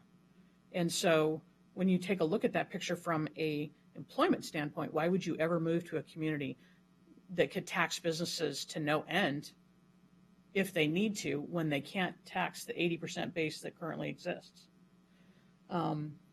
Back to the comment of Mr. Pearson also touched on it a little bit, which is the value of our home is, of course, directly related to the value of our community and how well we maintain it. And if this measure were to be passed and put onto the charter, in my opinion, property values would go down, which in reality would hurt schools. Because as our property values go down, so does the tax that's calculated that goes into that general fund. That's a, unknown equation, but then less money would come back to Sherwood per student if our property values start to drop. This is the problem they have in Lake Oswego. It's called compression. So it would accelerate compression, in my opinion. As this is what happened in Reedsport.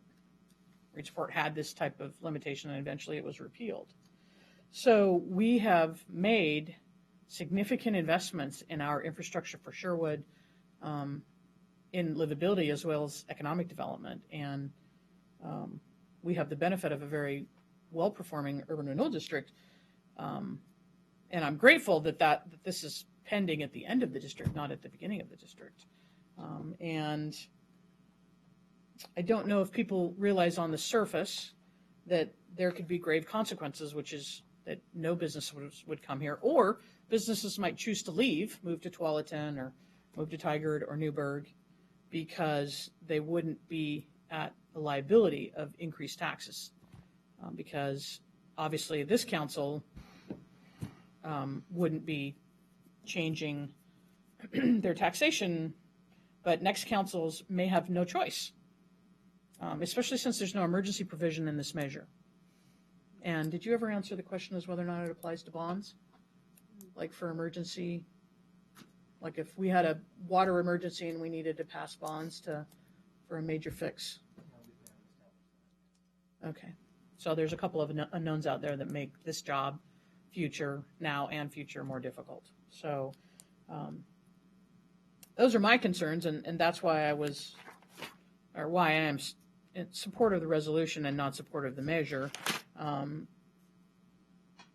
because I don't know the real effect long term. Short term, it's pretty easy to understand, but long term, it would significantly hinder our ability to grow economically, in my opinion. And as a result, would actually hurt schools and school funding, because our property values will drop as we're unable to maintain our infrastructure, potentially. So thank you, Councilor Kuiper, for, I guess, carrying the torch for us. Thank you. Thank you. Any other comments? Do I have a motion?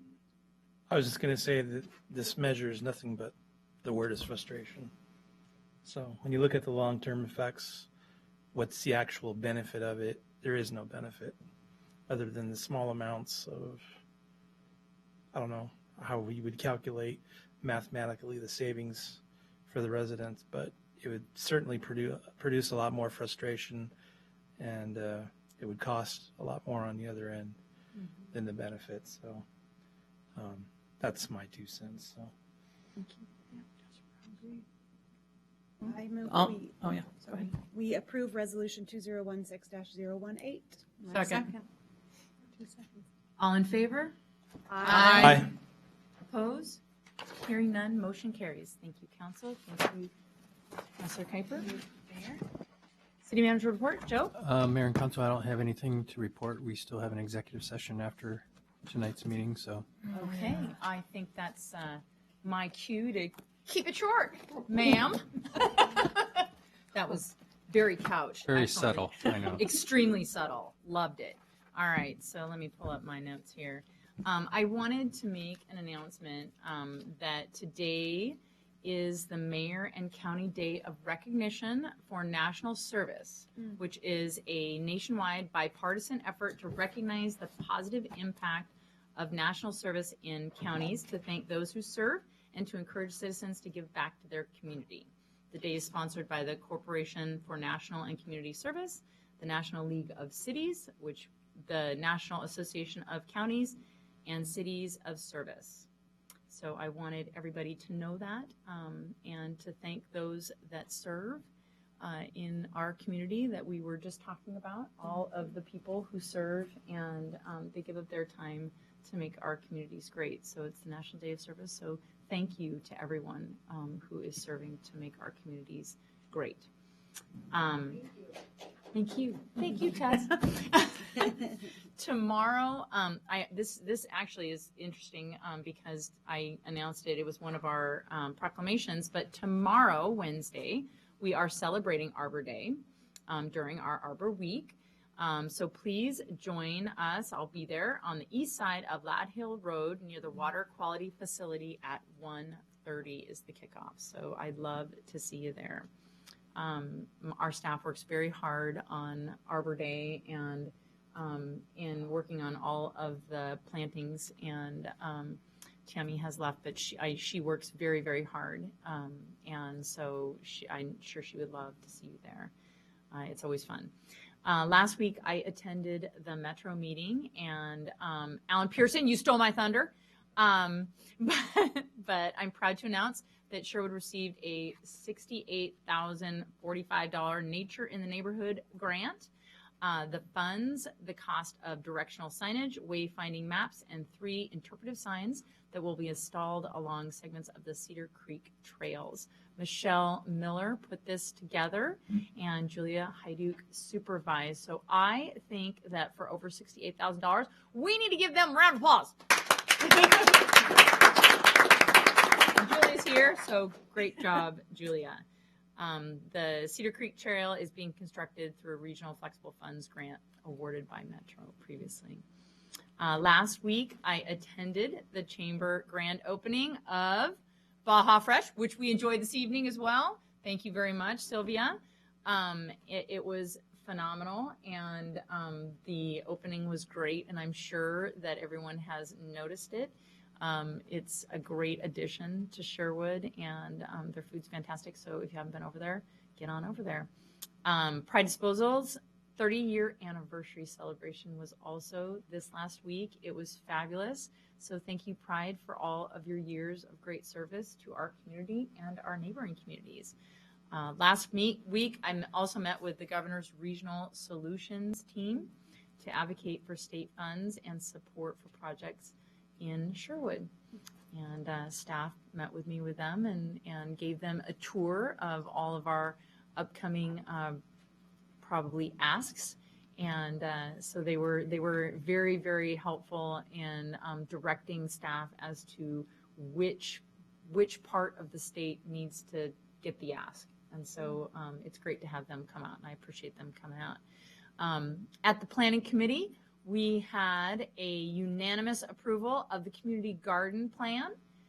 Planning Commission, sorry, not committee, Planning Commission. And so that garden plan, it should be up on our website soon for getting plots. I know that the fire department is hankering for their 2 plots that they've already requested, but they can't request online yet. But it should be up very, very soon. Okay, so be watching on our website to get your community garden plot. We are very excited to see all of those vegetables and flowers and anything, you know, that if you want to plant tulips, although it's too late for that, but, you know, for next year. No marijuana. I wasn't even going to go there, but since you did. Cannabis, yes, but not marijuana. Since you did, so I appreciate that.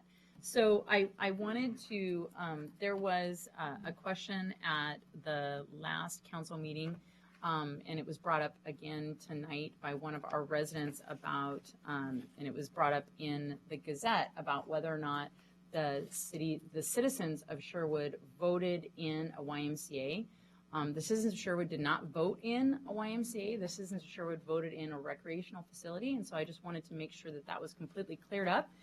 So I looked that up, and it is Ordinance 95996, City of Sherwood.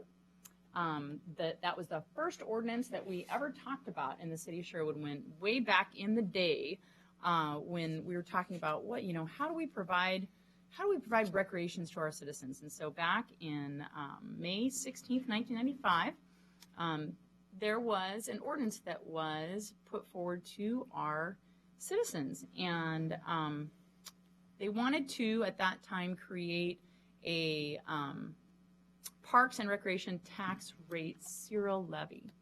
And the citizens said, no, we don't want to do that.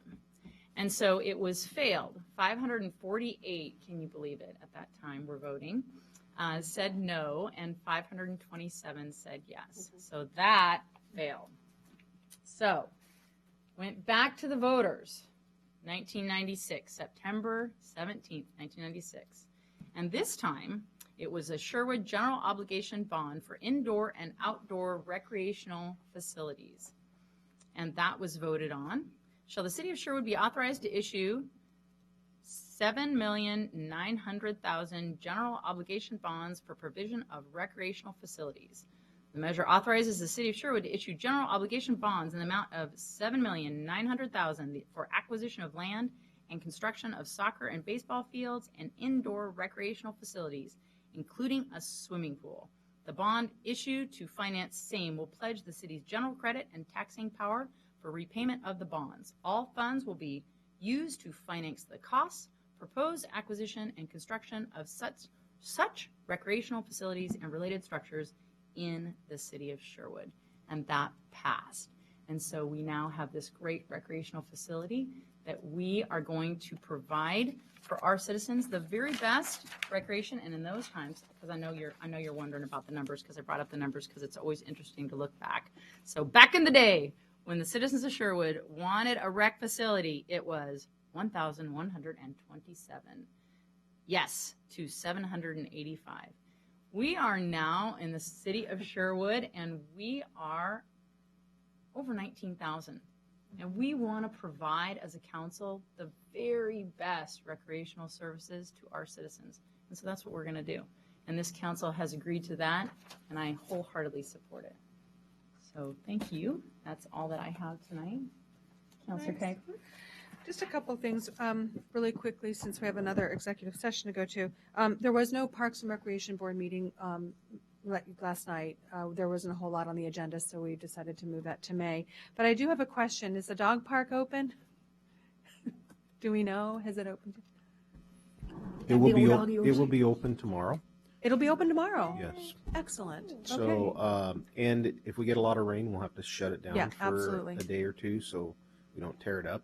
Mhm. But the grass is about 6 weeks down, so we'll give it a shot. Okay, good. So we gave the dog park grass a chance to grow, and we'll try it again now that we have better weather. So thank you, Craig. A couple of things. Have I showed everyone this before? Woo! So, can we zoom in on this? Okay, not if you do that. That's All right, well, we'll just put it right here while I talk. So this is the Sherwood Robin Hood Festival's rendering of our next float, our mini float for the Rose Festival Parade. Last year, of course, we had the float, the Sherwood Center for the Arts, and we've been invited again by the Rose Festival Parade to come and put together another float. This time, we are having the Robin Hood Festival Association pull the float together. The City of Sherwood is supporting it with funds from the manager's office. Thank you, Joe. About half the funds. And we've been having a really great time designing this float. We actually are going to have, you'll notice on this, we have Maid Marian, we have Robin Hood, and we have Friar Tuck. One of those figures will actually be out of paper mache by a master puppeteer. He's absolutely fantastic. He designed this whole, the rendering of the float. But this year we would like to have Maid Marian be on this float. And that leads me to my next announcement, and that is the Robin Hood Festival Association is now accepting applications for the Maid Marian Court. And I was trying to figure out when those applications are due. I know they take them in May. If you do know of a young girl in elementary school, and Sean Garland, I know you do, or a daughter, or no pressure. What? No pressure there, yeah. Or someone that you know that is a high school student that would like to apply. It is a wonderful opportunity. My daughter was in the Maid Marian Court a few years ago, and it's a great service opportunity. You get to know so many people, and it's just it's a great opportunity for the girls. And of course, then this year, Maid Marian gets to ride on the Rose Festival Parade, which is pretty dang awesome. We were in it last year, and it was really exciting, and even Joe had a great time as he drove the float with multiple fans trying to keep himself warm in there, but it was a great time. So I just wanted to shout out to that. And then along those lines of, what's that? Pass her down. Oh, pass Pass her along. down. Sure, pass around. One other item, and it's not for a couple of weeks, but I would get your tickets now if you can, and that is the high school's performance of Guys and Dolls. It's an absolutely, if you've never seen Guys and Dolls, it's one of my favorite musicals.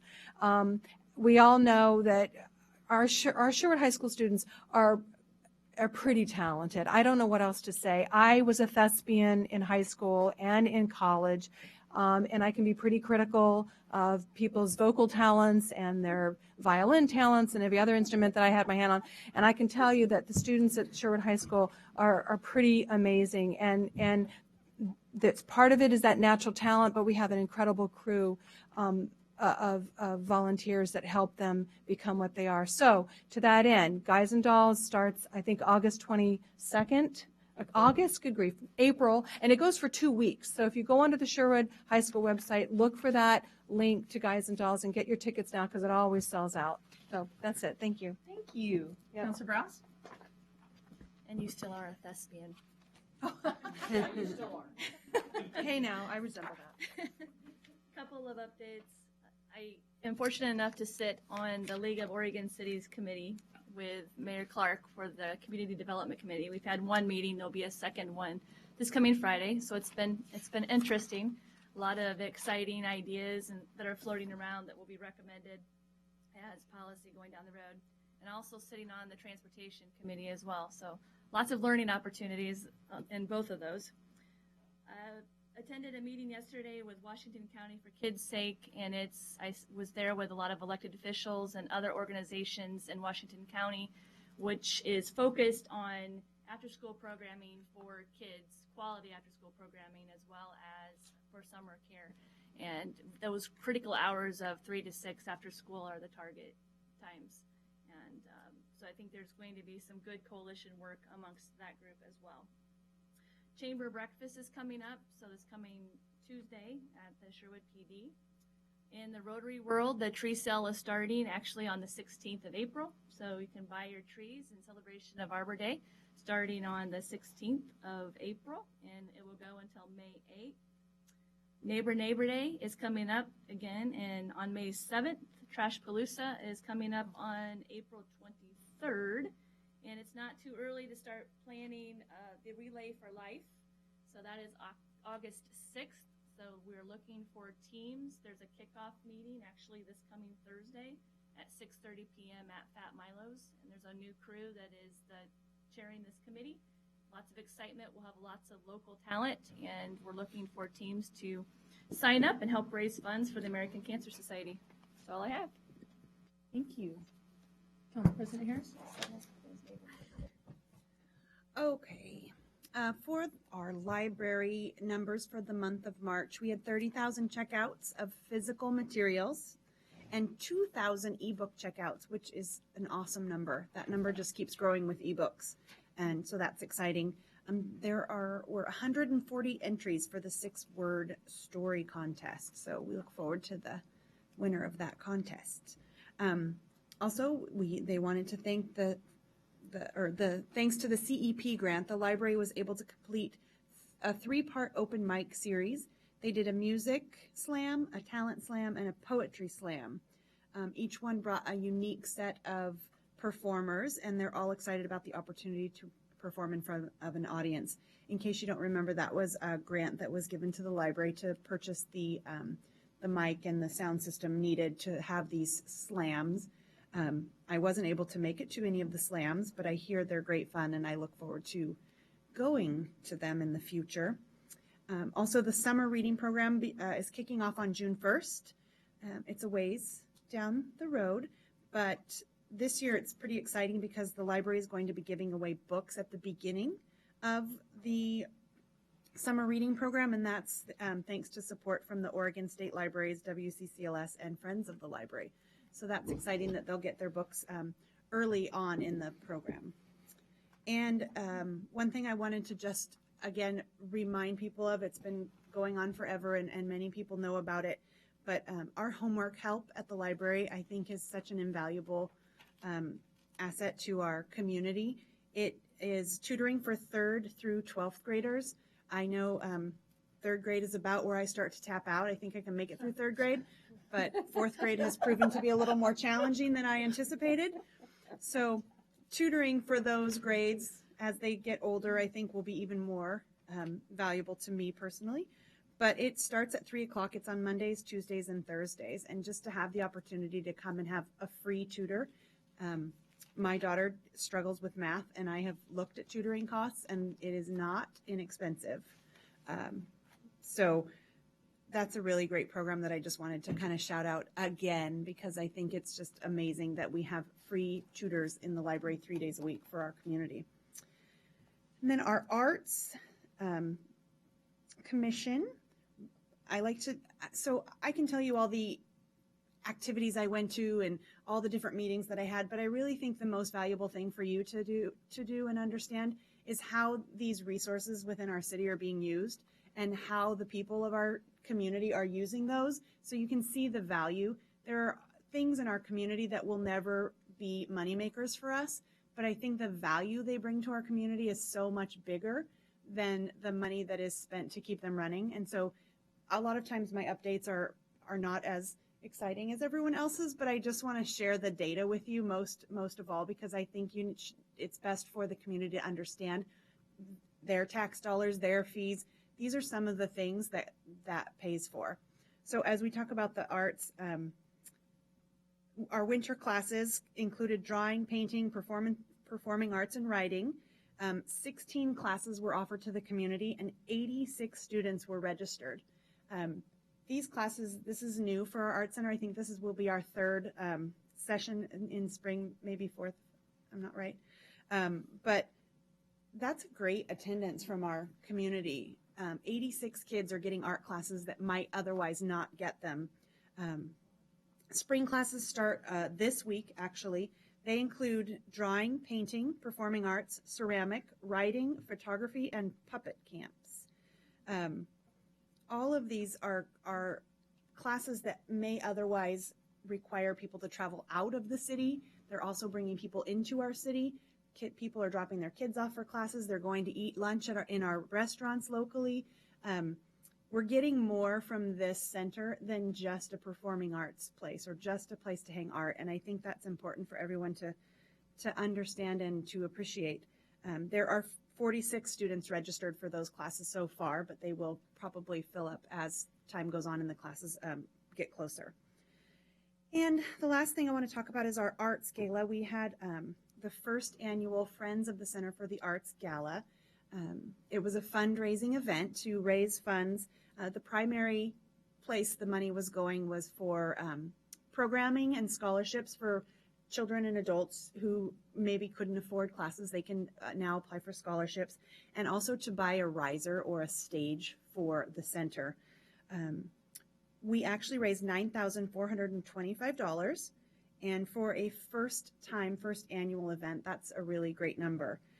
General sales, they had these prize baskets where you bought tickets and you dropped your ticket in the raffle and you could win. The baskets ranged in price from about $300 up to, I think the highest one was around $1,300. And you could buy a ticket for $25. So it was a really great opportunity to win some fun stuff. The interesting thing is we had one kid basket, family basket, and the only child in attendance actually won it, which was really funny and kind of ironic. And then our ticket sales were $4,000. We had 92 people in attendance. Next year, we'd love to double that number, but if we could get to 150, that would be great. Again, this is all money. This money does not go to pay for the building or the land that it's sitting on. This goes towards programming. It goes towards scholarships. It's very different than the fund that's paying for the actual building, electricity, staffing. It's a very different fund. And the Friends of the Center for the Arts is a brand new nonprofit organization that has been established to set that up. And this gala is put on by them. So I want to thank the people on the Friends of the Center for the Arts. They're a very small group right now. So if you're interested in being in on that Friends of the Center for the Arts, I encourage you to do that. And my own personal shameless plug is that the Edie Ridge Carnival is this Friday night at 5 o'clock. It is a fantastic community event. I think it's one of the funnest carnivals in the city. They go all out. It's out of this world. There will be characters from the Minions, from Star Wars, from Home, the movie Home. So it's not Star Wars specific. It's just in general outer space and out of this world. And I heard a rumor that there might be real live Star Wars characters actually there. So I would encourage anyone to go. Bring their kids. Anyone's allowed. It's a community event. So join us. It starts at 4. Is it 4? Yep. It's at 4. We need volunteers. Volunteers are needed. We always need volunteers, yes. I'm done. Okay. Oh, sorry. Counselor Robinson? Very sorry. Rather quickly. I was enraptured in the carnival. I couldn't remember who was going next.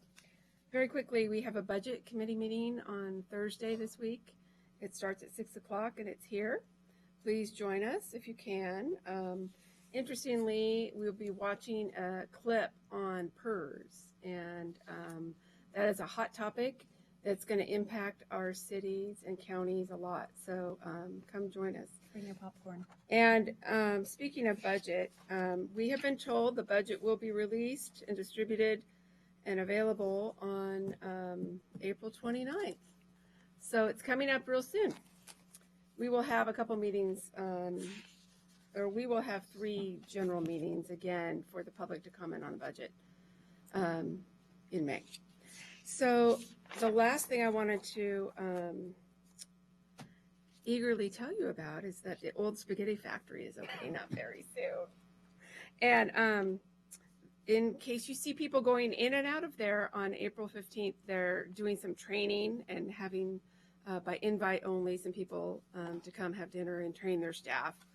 And then it will be open on April 18th. So I look forward to seeing you all there. Thank you. Counselor King? I'm good. Counselor Henderson? I've received a request from the Senior Center if we could post a link on our website to their Facebook page for some of their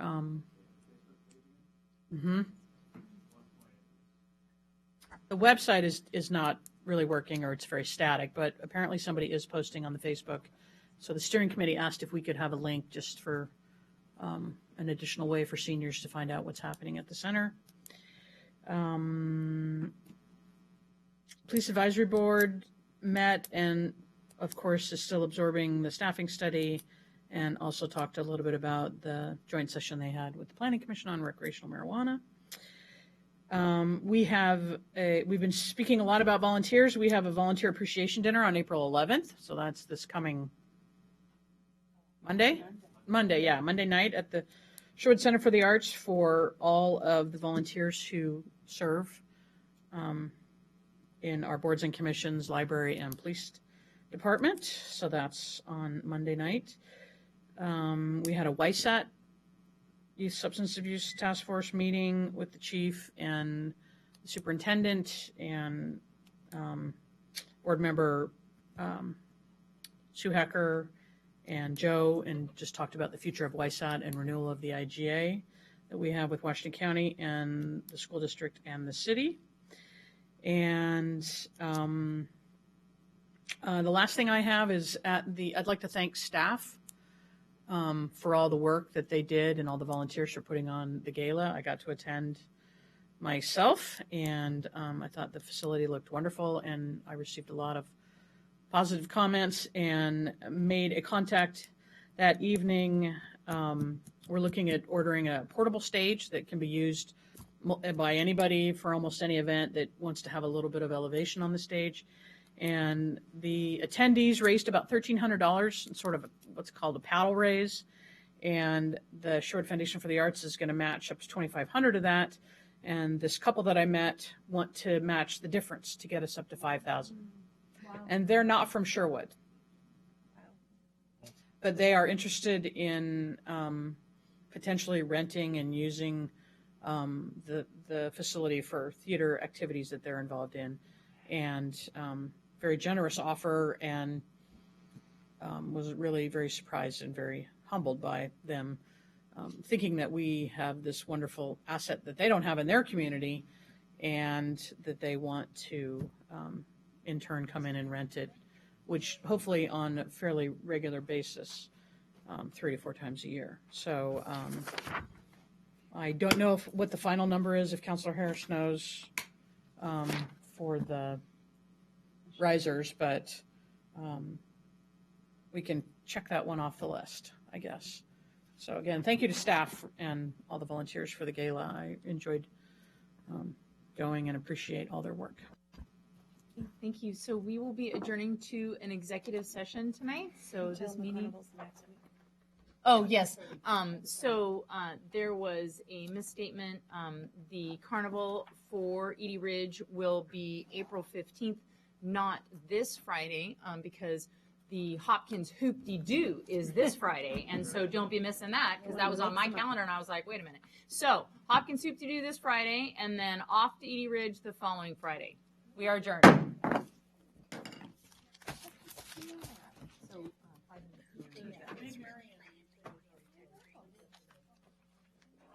and I have